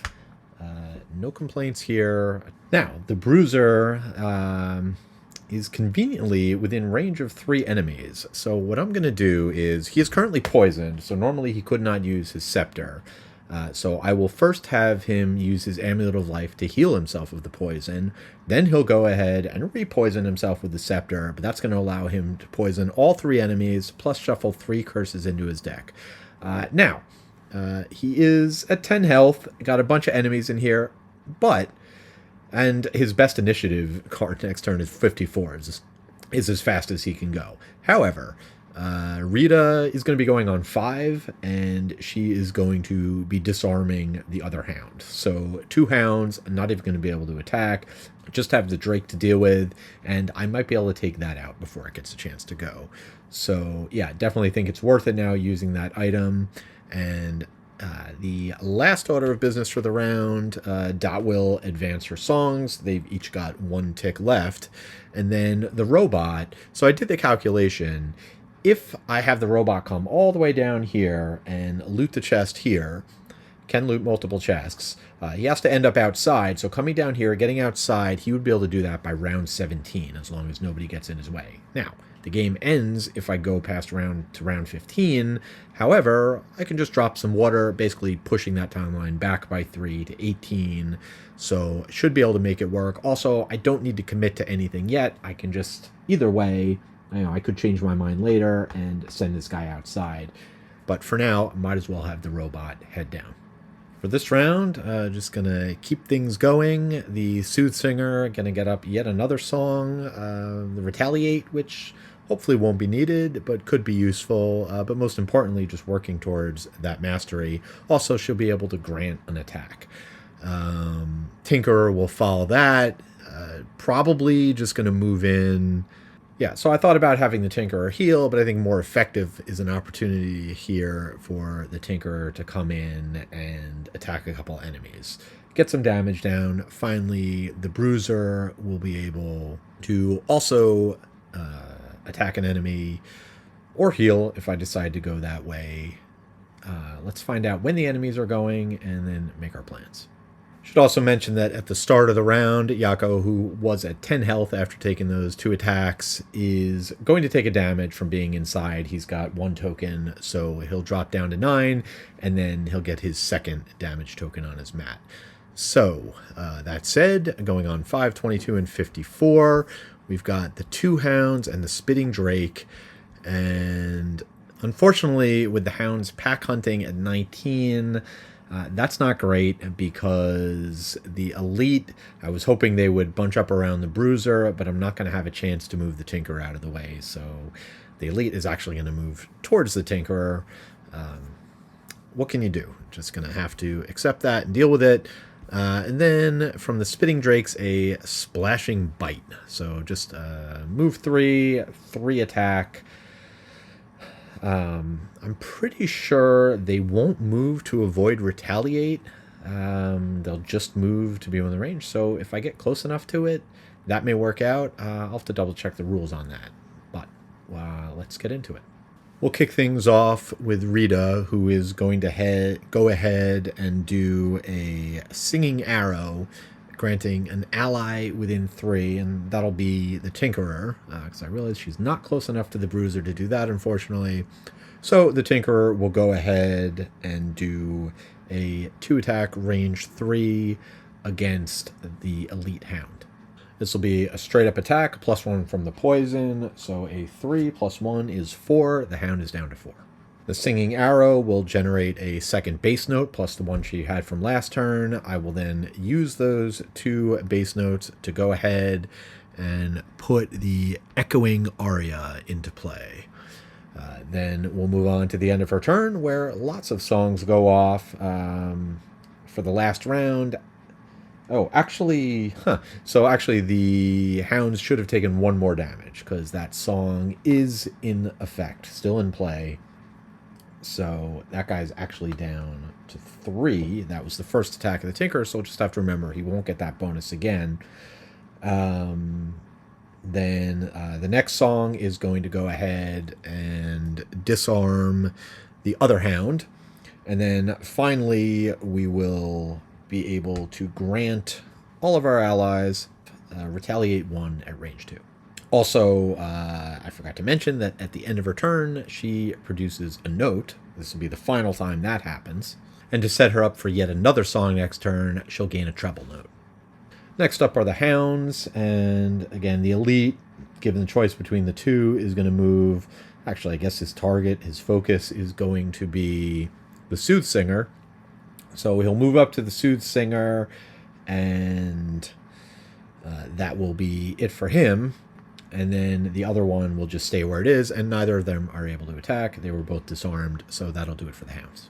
Next up is the Tinkerer, who will use his winged shoes to give himself jump so he can get past that hound. He's got 4 moves, so we'll go 1, 2, 3. Actually, I don't want him to be right. Well, yeah, the bruiser's going to be moving. So he'll go up there.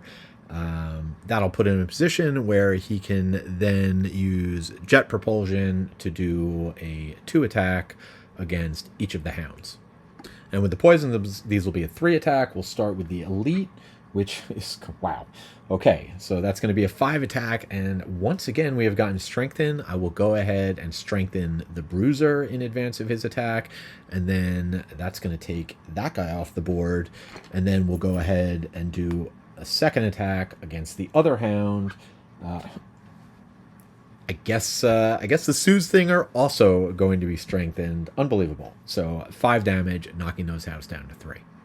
All right, with a whole bunch of bonuses incoming on this attack, I'm going to get +1 from the Power Ballad from the Soothinger. I'm going to get +1 from my movement card, and another +1 from the poison. I'm going to see if I can't get a little bit lucky, and plus I have advantage. I'm going to go ahead and move 2, ending up over here, using my push through card, and then I can go ahead and do the Leaping Cleave for a 6 attack against the Drake.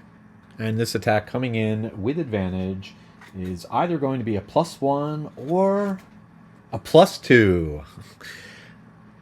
When it's going right, it's going right. That is going to be 8 damage, which is going to take out the Drake.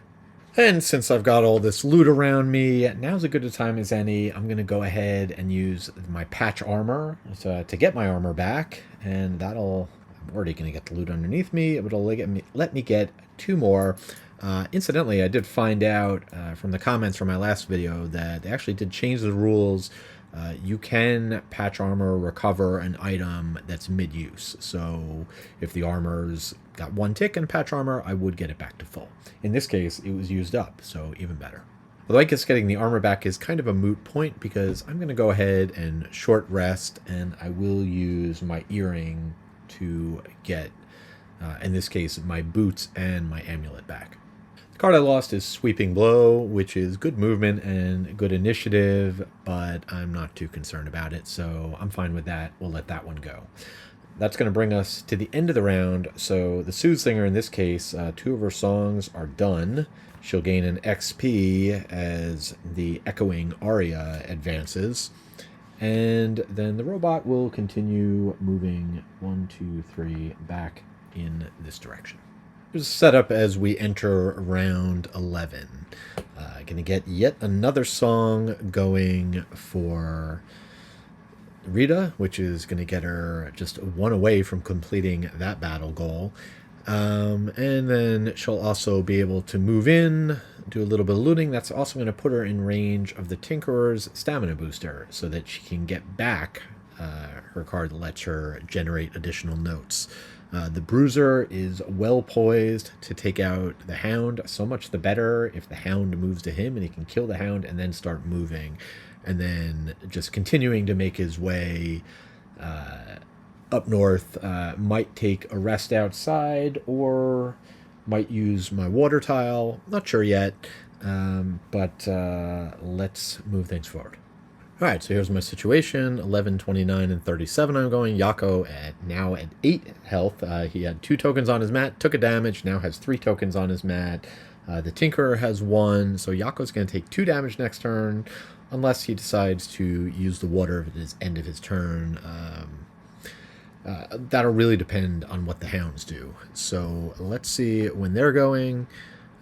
They are pack hunting. They're going fast, so not a big attack, but we will see how it goes. Rita is going to get to go first. Rita's going to go first, and she is just going to use 1 movement to go here so she can finally get some loot of her own. And she'll collect that coin. She'll use the 1 treble note to play Bewildering Instrumental, which will allow her to do damage to the hounds. At least for now. They're going to be dead very soon, I realize.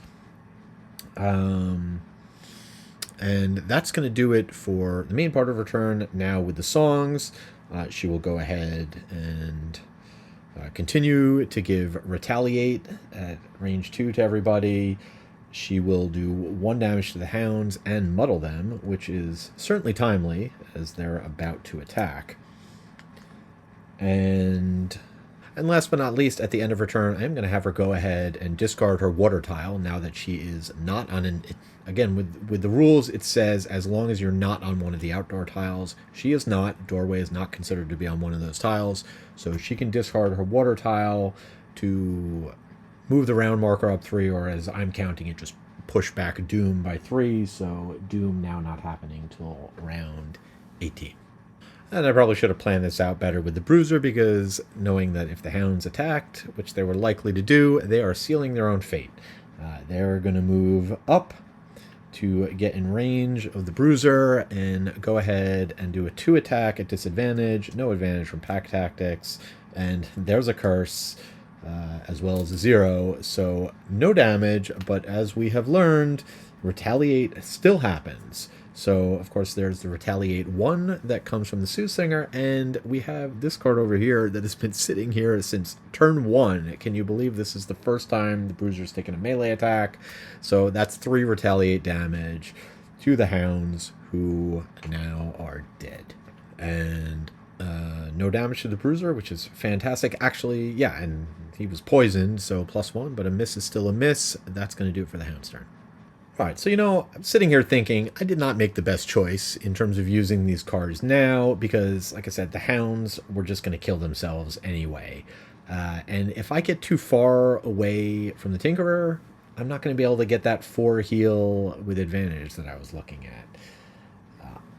On the other hand, this almost seems too good to pass up. Yeah, it's a bit reckless. I'm only at 8 health. I'm poisoned. I'm going to stay poisoned because I need to hold on to my amulet so I can use it right before I use a big heal, hopefully next turn.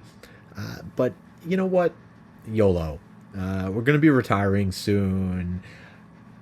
I know what's in this room up here. It's snakes. I don't know how many, but there's, we haven't... honestly, I have this picture of, going in, getting the chest, going back out of, Pee-wee's Big Adventure, where Pee-wee's keeps running in to the pet store and eventually comes out with all the snakes. That could be the Bruiser right here. Now, I may have to lose a few cards. There are curses in the deck, but, like I said, you only live once, and this could be fun. So what I'm going to do is...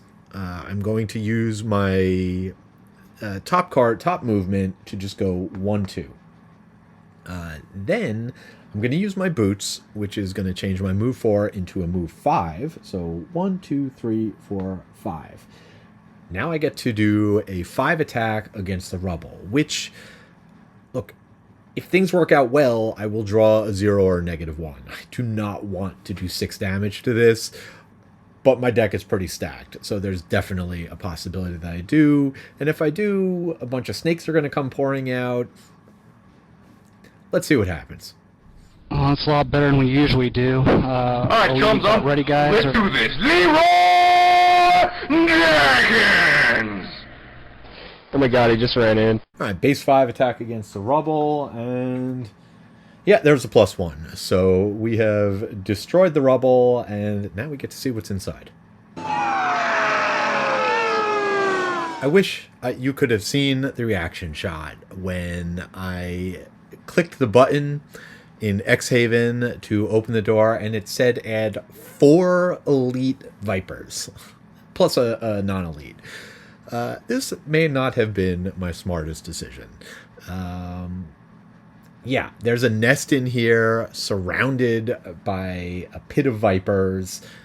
There's that goal in the corner.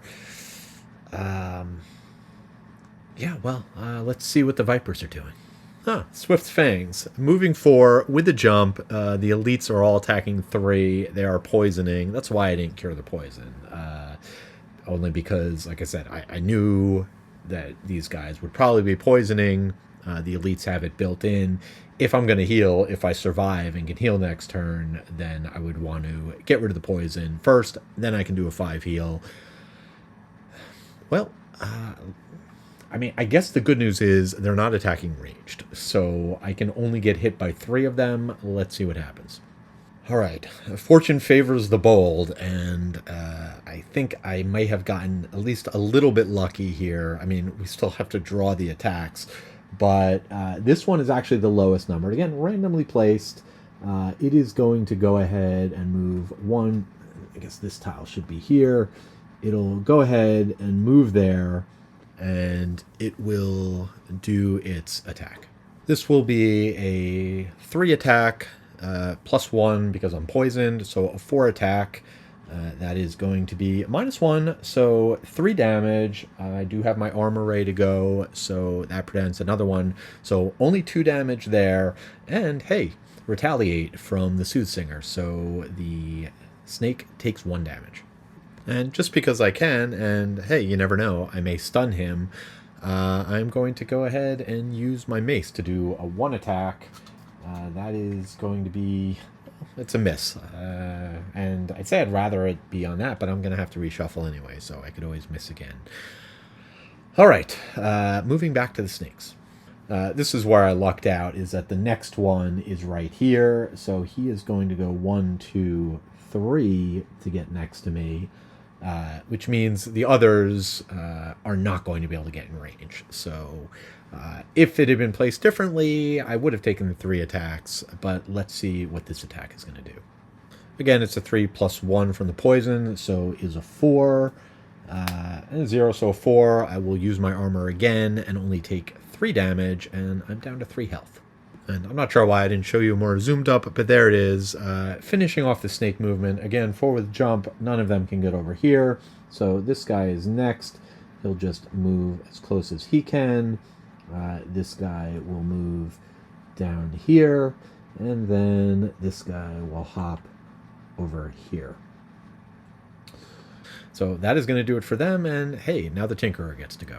Actually, one other thing with the Tinkerer, knowing I was going to have these attacks incoming and that I'd be taking 2 damage at the start of next round, I will go ahead at the end of his turn. I would have used the water to go ahead and get rid of all of his damage tokens so that at least next turn, well, while he may be taking damage from the snakes, he will not be taking damage from the elements just yet. All right, well, despite how dire this situation is, the other 2 are going to stick with the plan. We'll go ahead and use the stamina booster to let Rita go ahead and get her card back that lets her generate notes. And then I guess the Tinker will heal himself and strengthen himself, and maybe he'll try and run in and come to the rescue next round.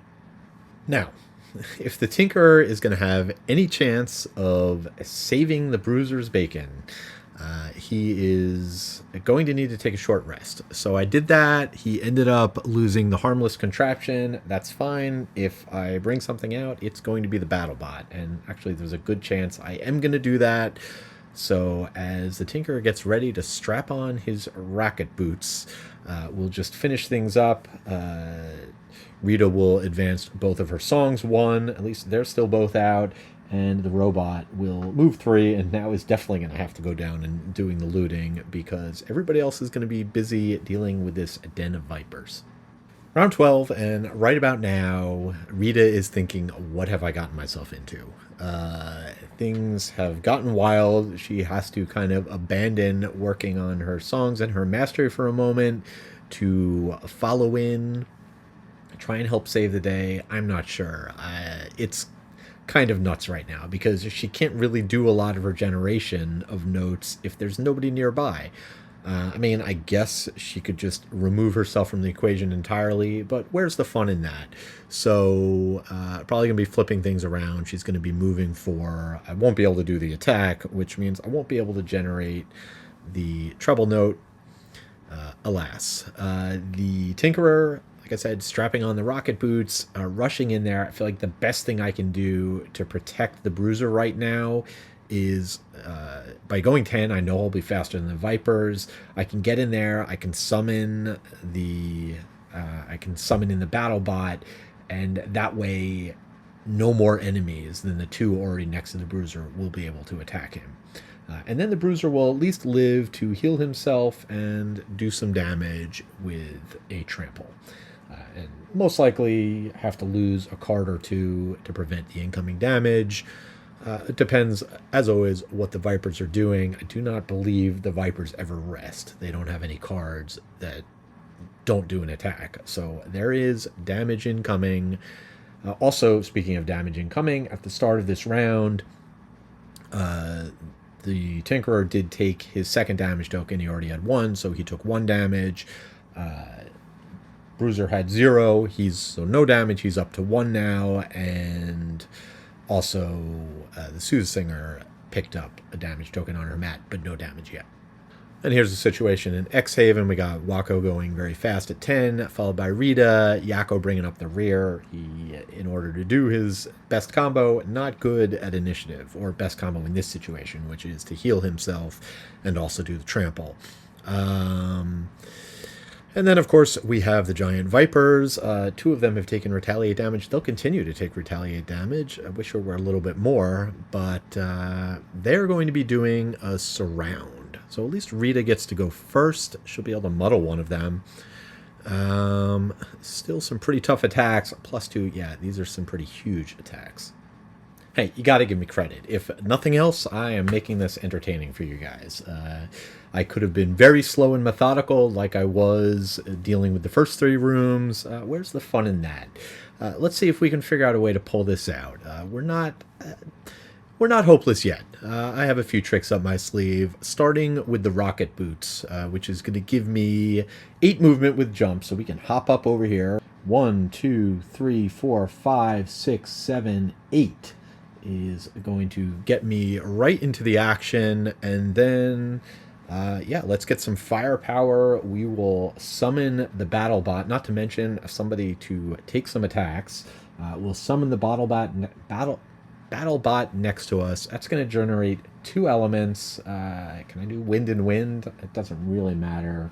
We'll do wind and fire. And that is going to do it for the Tinkerer's turn. Next up will be Rita, who doesn't see any other choice but to get in there and get involved. She's going to go 1, 2, 3, 4. Start making her way towards helping out there. I guess she could potentially also get loot. 1, 2, 3, 4. I think it's more important that she gets as close as she can. She does have her boots. We'll use those probably next turn as she moves closer. Not able to do the top card as nothing to target. So that is the end of that. Then for her songs, everyone's going to get Retaliate 1. And then she is also going to do 1 damage to the enemy with the highest, as well as muddle it. So I think that's going to be this guy over here, who is going to be getting an attack in. So he is going to be muddled. That non-elite is just waiting for his opportunity. The beta of the group is falling all over himself, waiting to go. That's going to do it for her turn. Now the Vipers are up, and one advantage on this attack is they don't have jump. We'll start with the lowest level elite, who is going to attack the BattleBot, as that's the lowest initiative enemy. Fortunately, BattleBot not adjacent to one of its allies, so this will just be a straight up 3 attack, +1, so 4 damage. BattleBot is poisoned. That snake will take 1 point of retaliate, and now the one next to it will attack the Bruiser, and this will be a 5 attack, and the Bruiser is poisoned, so actually a 6 attack. And here's hoping for a curse or a miss. How about a ×2 instead? All right, 12 damage, so I am going to lose a card. The card I'm going to lose is going to be Grab and Go. That guy will also take a point of Retaliate, and the next up is this guy, who is going to be able to move 3 through his buddies, 1, 2, 3, to get up here next to the Tinkerer, and he will attack the Tinkerer for 5. And that attack is going to be a -1, so 4 damage and poison. Actually, that guy is muddled, so attack at disadvantage. It's actually a miss, so no damage and poison. That snake will take a point of Retaliate as well, and then we just need to figure out if any of the others can move up. I guess this guy can get a little bit closer here, and then this guy will slide up here. Actually, I guess technically he would go here. And that is going to do it for all of the Vipers, so now the Bruiser's up. First things first, the Bruiser will use his Amulet of Life. That's not his Amulet of Life, but he'll use his Amulet of Life to heal 1 damage. He'll heal the poison so that he can then heal himself for 5. Then he will use the Power Potion as he is going to be trampling, and all of these attacks will get +1. Not gonna lie, there is a part of me that wants the Bruiser to do the ultimate hero play and go for the chest. Grab it, and then next turn, try and get out of there. And let me tell you, if I had spent the 30 gold that it would have cost to put a jump sticker on Skewer, and I did think about it, but I'm saving up, I could do it, because then I could actually, with 7 movement, get onto the log and safely outside. That said, I do want to be outside in case I die, since he's already looted a chest. So I am going to trample my way through these snakes. We're going to go 1, 2, 3, 4, 5. Again, the way it works with difficult terrain is it costs 2 points to move on to it if you are not flying or jumping. So if you are jumping, then it just costs 1 point to land on it. No problem. He's leaping through, landing on the log, attacking a whole bunch of stuff along the way. 4 attacks, each at a 4 value. Let's see if we can do some damage. First attack against this guy will go 1, 2, 3, 4. So again, base 4, and that is going to be +2, 6 damage. And yeah, that guy was at 6 health, so he is dead. Well, that's a good start. If we can do that 3 more times, not going to be a problem. All right, let's on to the second attack, and that is going to be... That's going to be a ×2. So, hey, that's 2 down, 2 to go. Unbelievable. All right, well, that guy has fallen over, but maybe he'll stay that way. Let's see. But we're going to attack this one next. That's going to be... Well, only 4 damage, +0, but he's stunned. So... it continues to roll on. Now let's go for this guy, see if this is fait accompli with him having fallen off his stand. No, just 0 damage, so only 4, but he's down to 2, and things are looking a lot better.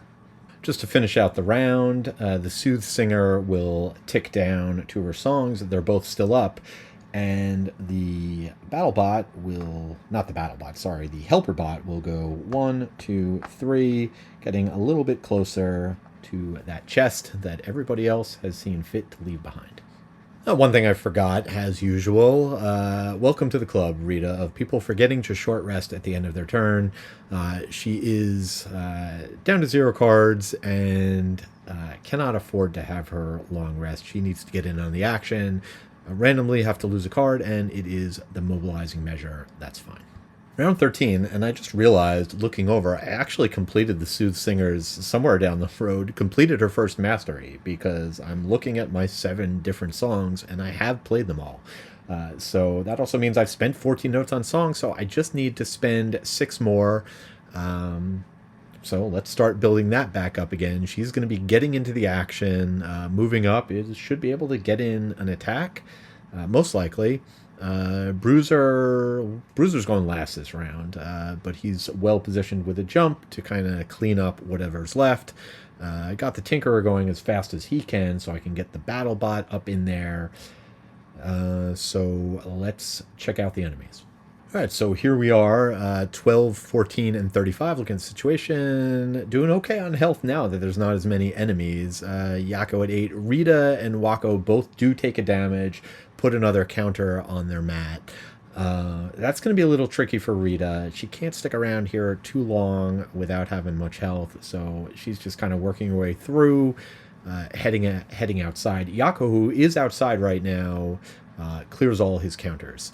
So let's find out when these 3 remaining giant vipers are going, surrounding on a 32. Rita will kick things off this round. She'll be able to go 1, 2, 3, 4. Use her boots for 1 more. So that'll move her up there, which is going to put her within range of 2 of the enemies, so she can pick one to attack. She will go ahead and do a 2 attack with curse. We'll do it against the elite with 4 health, so we have a better chance of actually getting that curse off. Been a while since she's attacked. Let's see what happens this time. Hey, +1, so knock it down to 1 health and another curse in the deck. That'll generate a treble note for her, and then at the end of her turn, she'll do 1 damage to the snake that has the most health, which is going to be the giant viper here. The non-elite goes from 4 down to 3 and is muddled. Next up, the battle bot is going to get in on the action, moving up, attacking the first initiative order, which is going to be the one at 2 health, who also conveniently not stunned, so it'd be nice to take him out. And that attack is a base 3, +1 is 4, more than enough, and the battle bot earning its keep as we are getting close to having cleared out this seemingly impossible nest. No reason to change things right now. Actually, let me just move these cards out of the way. So as you can see, I'm going to have the Tinkerer go ahead and do a 4 attack against the non-elite. And so that is going to be, he's going to take him out, and he's going to do a heal. That heal is going to be to Rita. Now, the Tinkerer does have a double heal up, but at this point, I think he's just better off picking up loot and moving things along, getting towards that treasure. So that is going to do it for the Tinkerer. The Viper, the sole remaining Viper, is stunned, so we can move on to the Bruiser. Bruiser is just going to hop down from his log here, where he'll ultimately be able to collect this loot. And then he is going to go ahead. Boy, he has a lot of loot this game. He is going to go ahead and use the wind to do a 4 attack against this Viper. That is going to be -2, but still good enough. And all of the enemies are dead. At this point, it's just a matter of managing the board, going through, playing out the stretch. I'll run through it very quickly. And just to finish out the round, that'll be it for one of the songs. The damage song remains up. Honestly, there's no enemies, no benefit to having that, so I'm just going to let that one go to the discard pile as well. And last but not least, the robot here will just come down and loot a second chest. So we are going to be waiting for him to head out. In the meantime, Rita can work on her music, and we can collect that other chest. Bruiser does need to take a short rest this round, so randomly he lost push through, which is fine. He no longer needs his heal card. That is going to do it for the round. Okay, so from here on out, round 14, we'll just walk through everything together. Start of the round, Rita takes 1 damage, places her second damage counter on her mat. Wakko also takes 1 damage, now has 3 counters on his mat. Bruiser takes 0 and puts 1 counter on his mat. Rita's up first. She'll put her cadence into play so that she can start generating notes. She's sitting on 1 treble that she already generated. She's going to add to that by playing Call to Action on the Bruiser, giving him 3 movement, 2 attack that he's not going to use, but he'll go 1, 2, 3, heading down this way because there's loot to be found that we left behind. Leave no loot behind. And that will also generate a base note for her.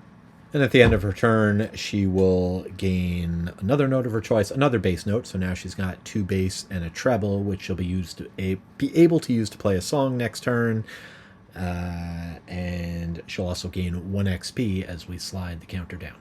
Next up will be the Bruiser, who's got a total of 6 movement this turn. Right, so he can use the bottom 4 for 1, top 2 for the other on Juggernaut.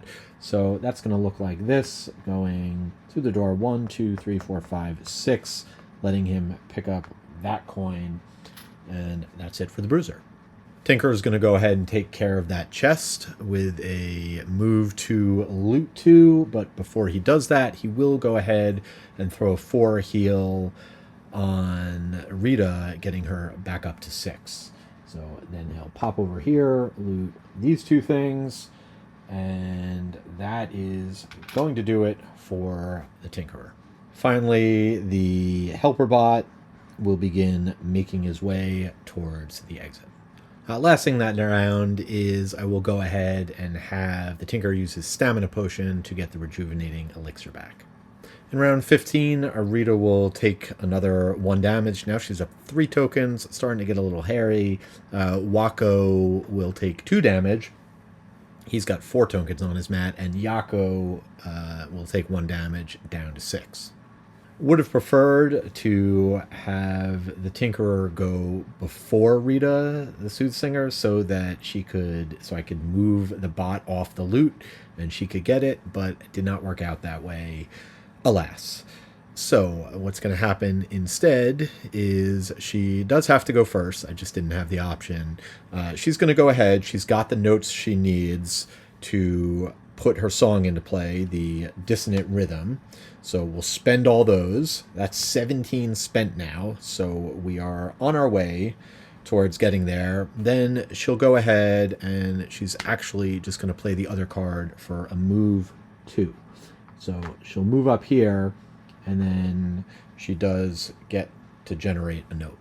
And eyeing towards completing her mastery, that's going to be a high note, a treble note, so that she can generate 2 more potentially next turn. Actually, her main goal is she needs to get out of here. She'll be able to take a short rest now and get her move 4 back.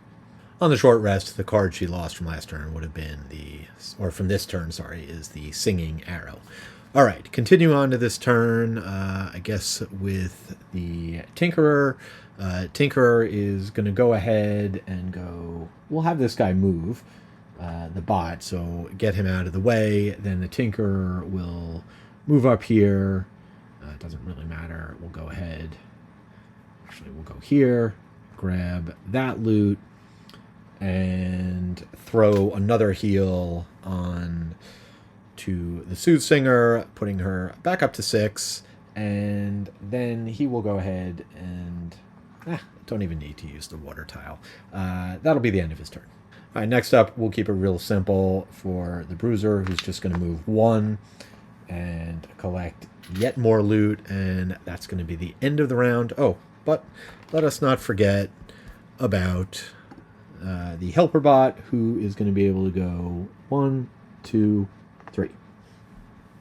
All right, now we are done with the round. Actually, just a quick correction on Rita as I'm kind of racing through this. She doesn't generate the note until the end of her turn, so she wouldn't actually be able to play the song. Doesn't really matter. The most important thing is that she just moves forward 2, and then we're doing the short rest. We're getting the cards back. I'll just play it next turn. Tinkerer does need to take a short rest, and we'll lose the Crankbow. Bruiser takes a short rest and loses Leaping Cleave. All right, we are almost there. Round 16, Rita takes 2 damage, back down to 4. Yakko takes 2 damage, down to 7. Yakko takes 1 damage, down to 5. But we're almost out of the woods. This time, now Rita does have the 3 notes to play her Discordant Rhythm, so she will go ahead and do that. And then she's got to move 4, so we'll go 1, 2, 3, 4, getting her a little bit closer to some of that loot, which I think rightfully should end up all being hers. At the end of her turn, Rita will generate a treble note.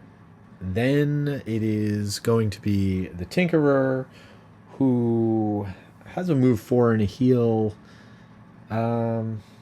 Sure, I can stick around one more turn and get a little bit more loot. So he'll heal himself for 4, hop on here, grab the loot.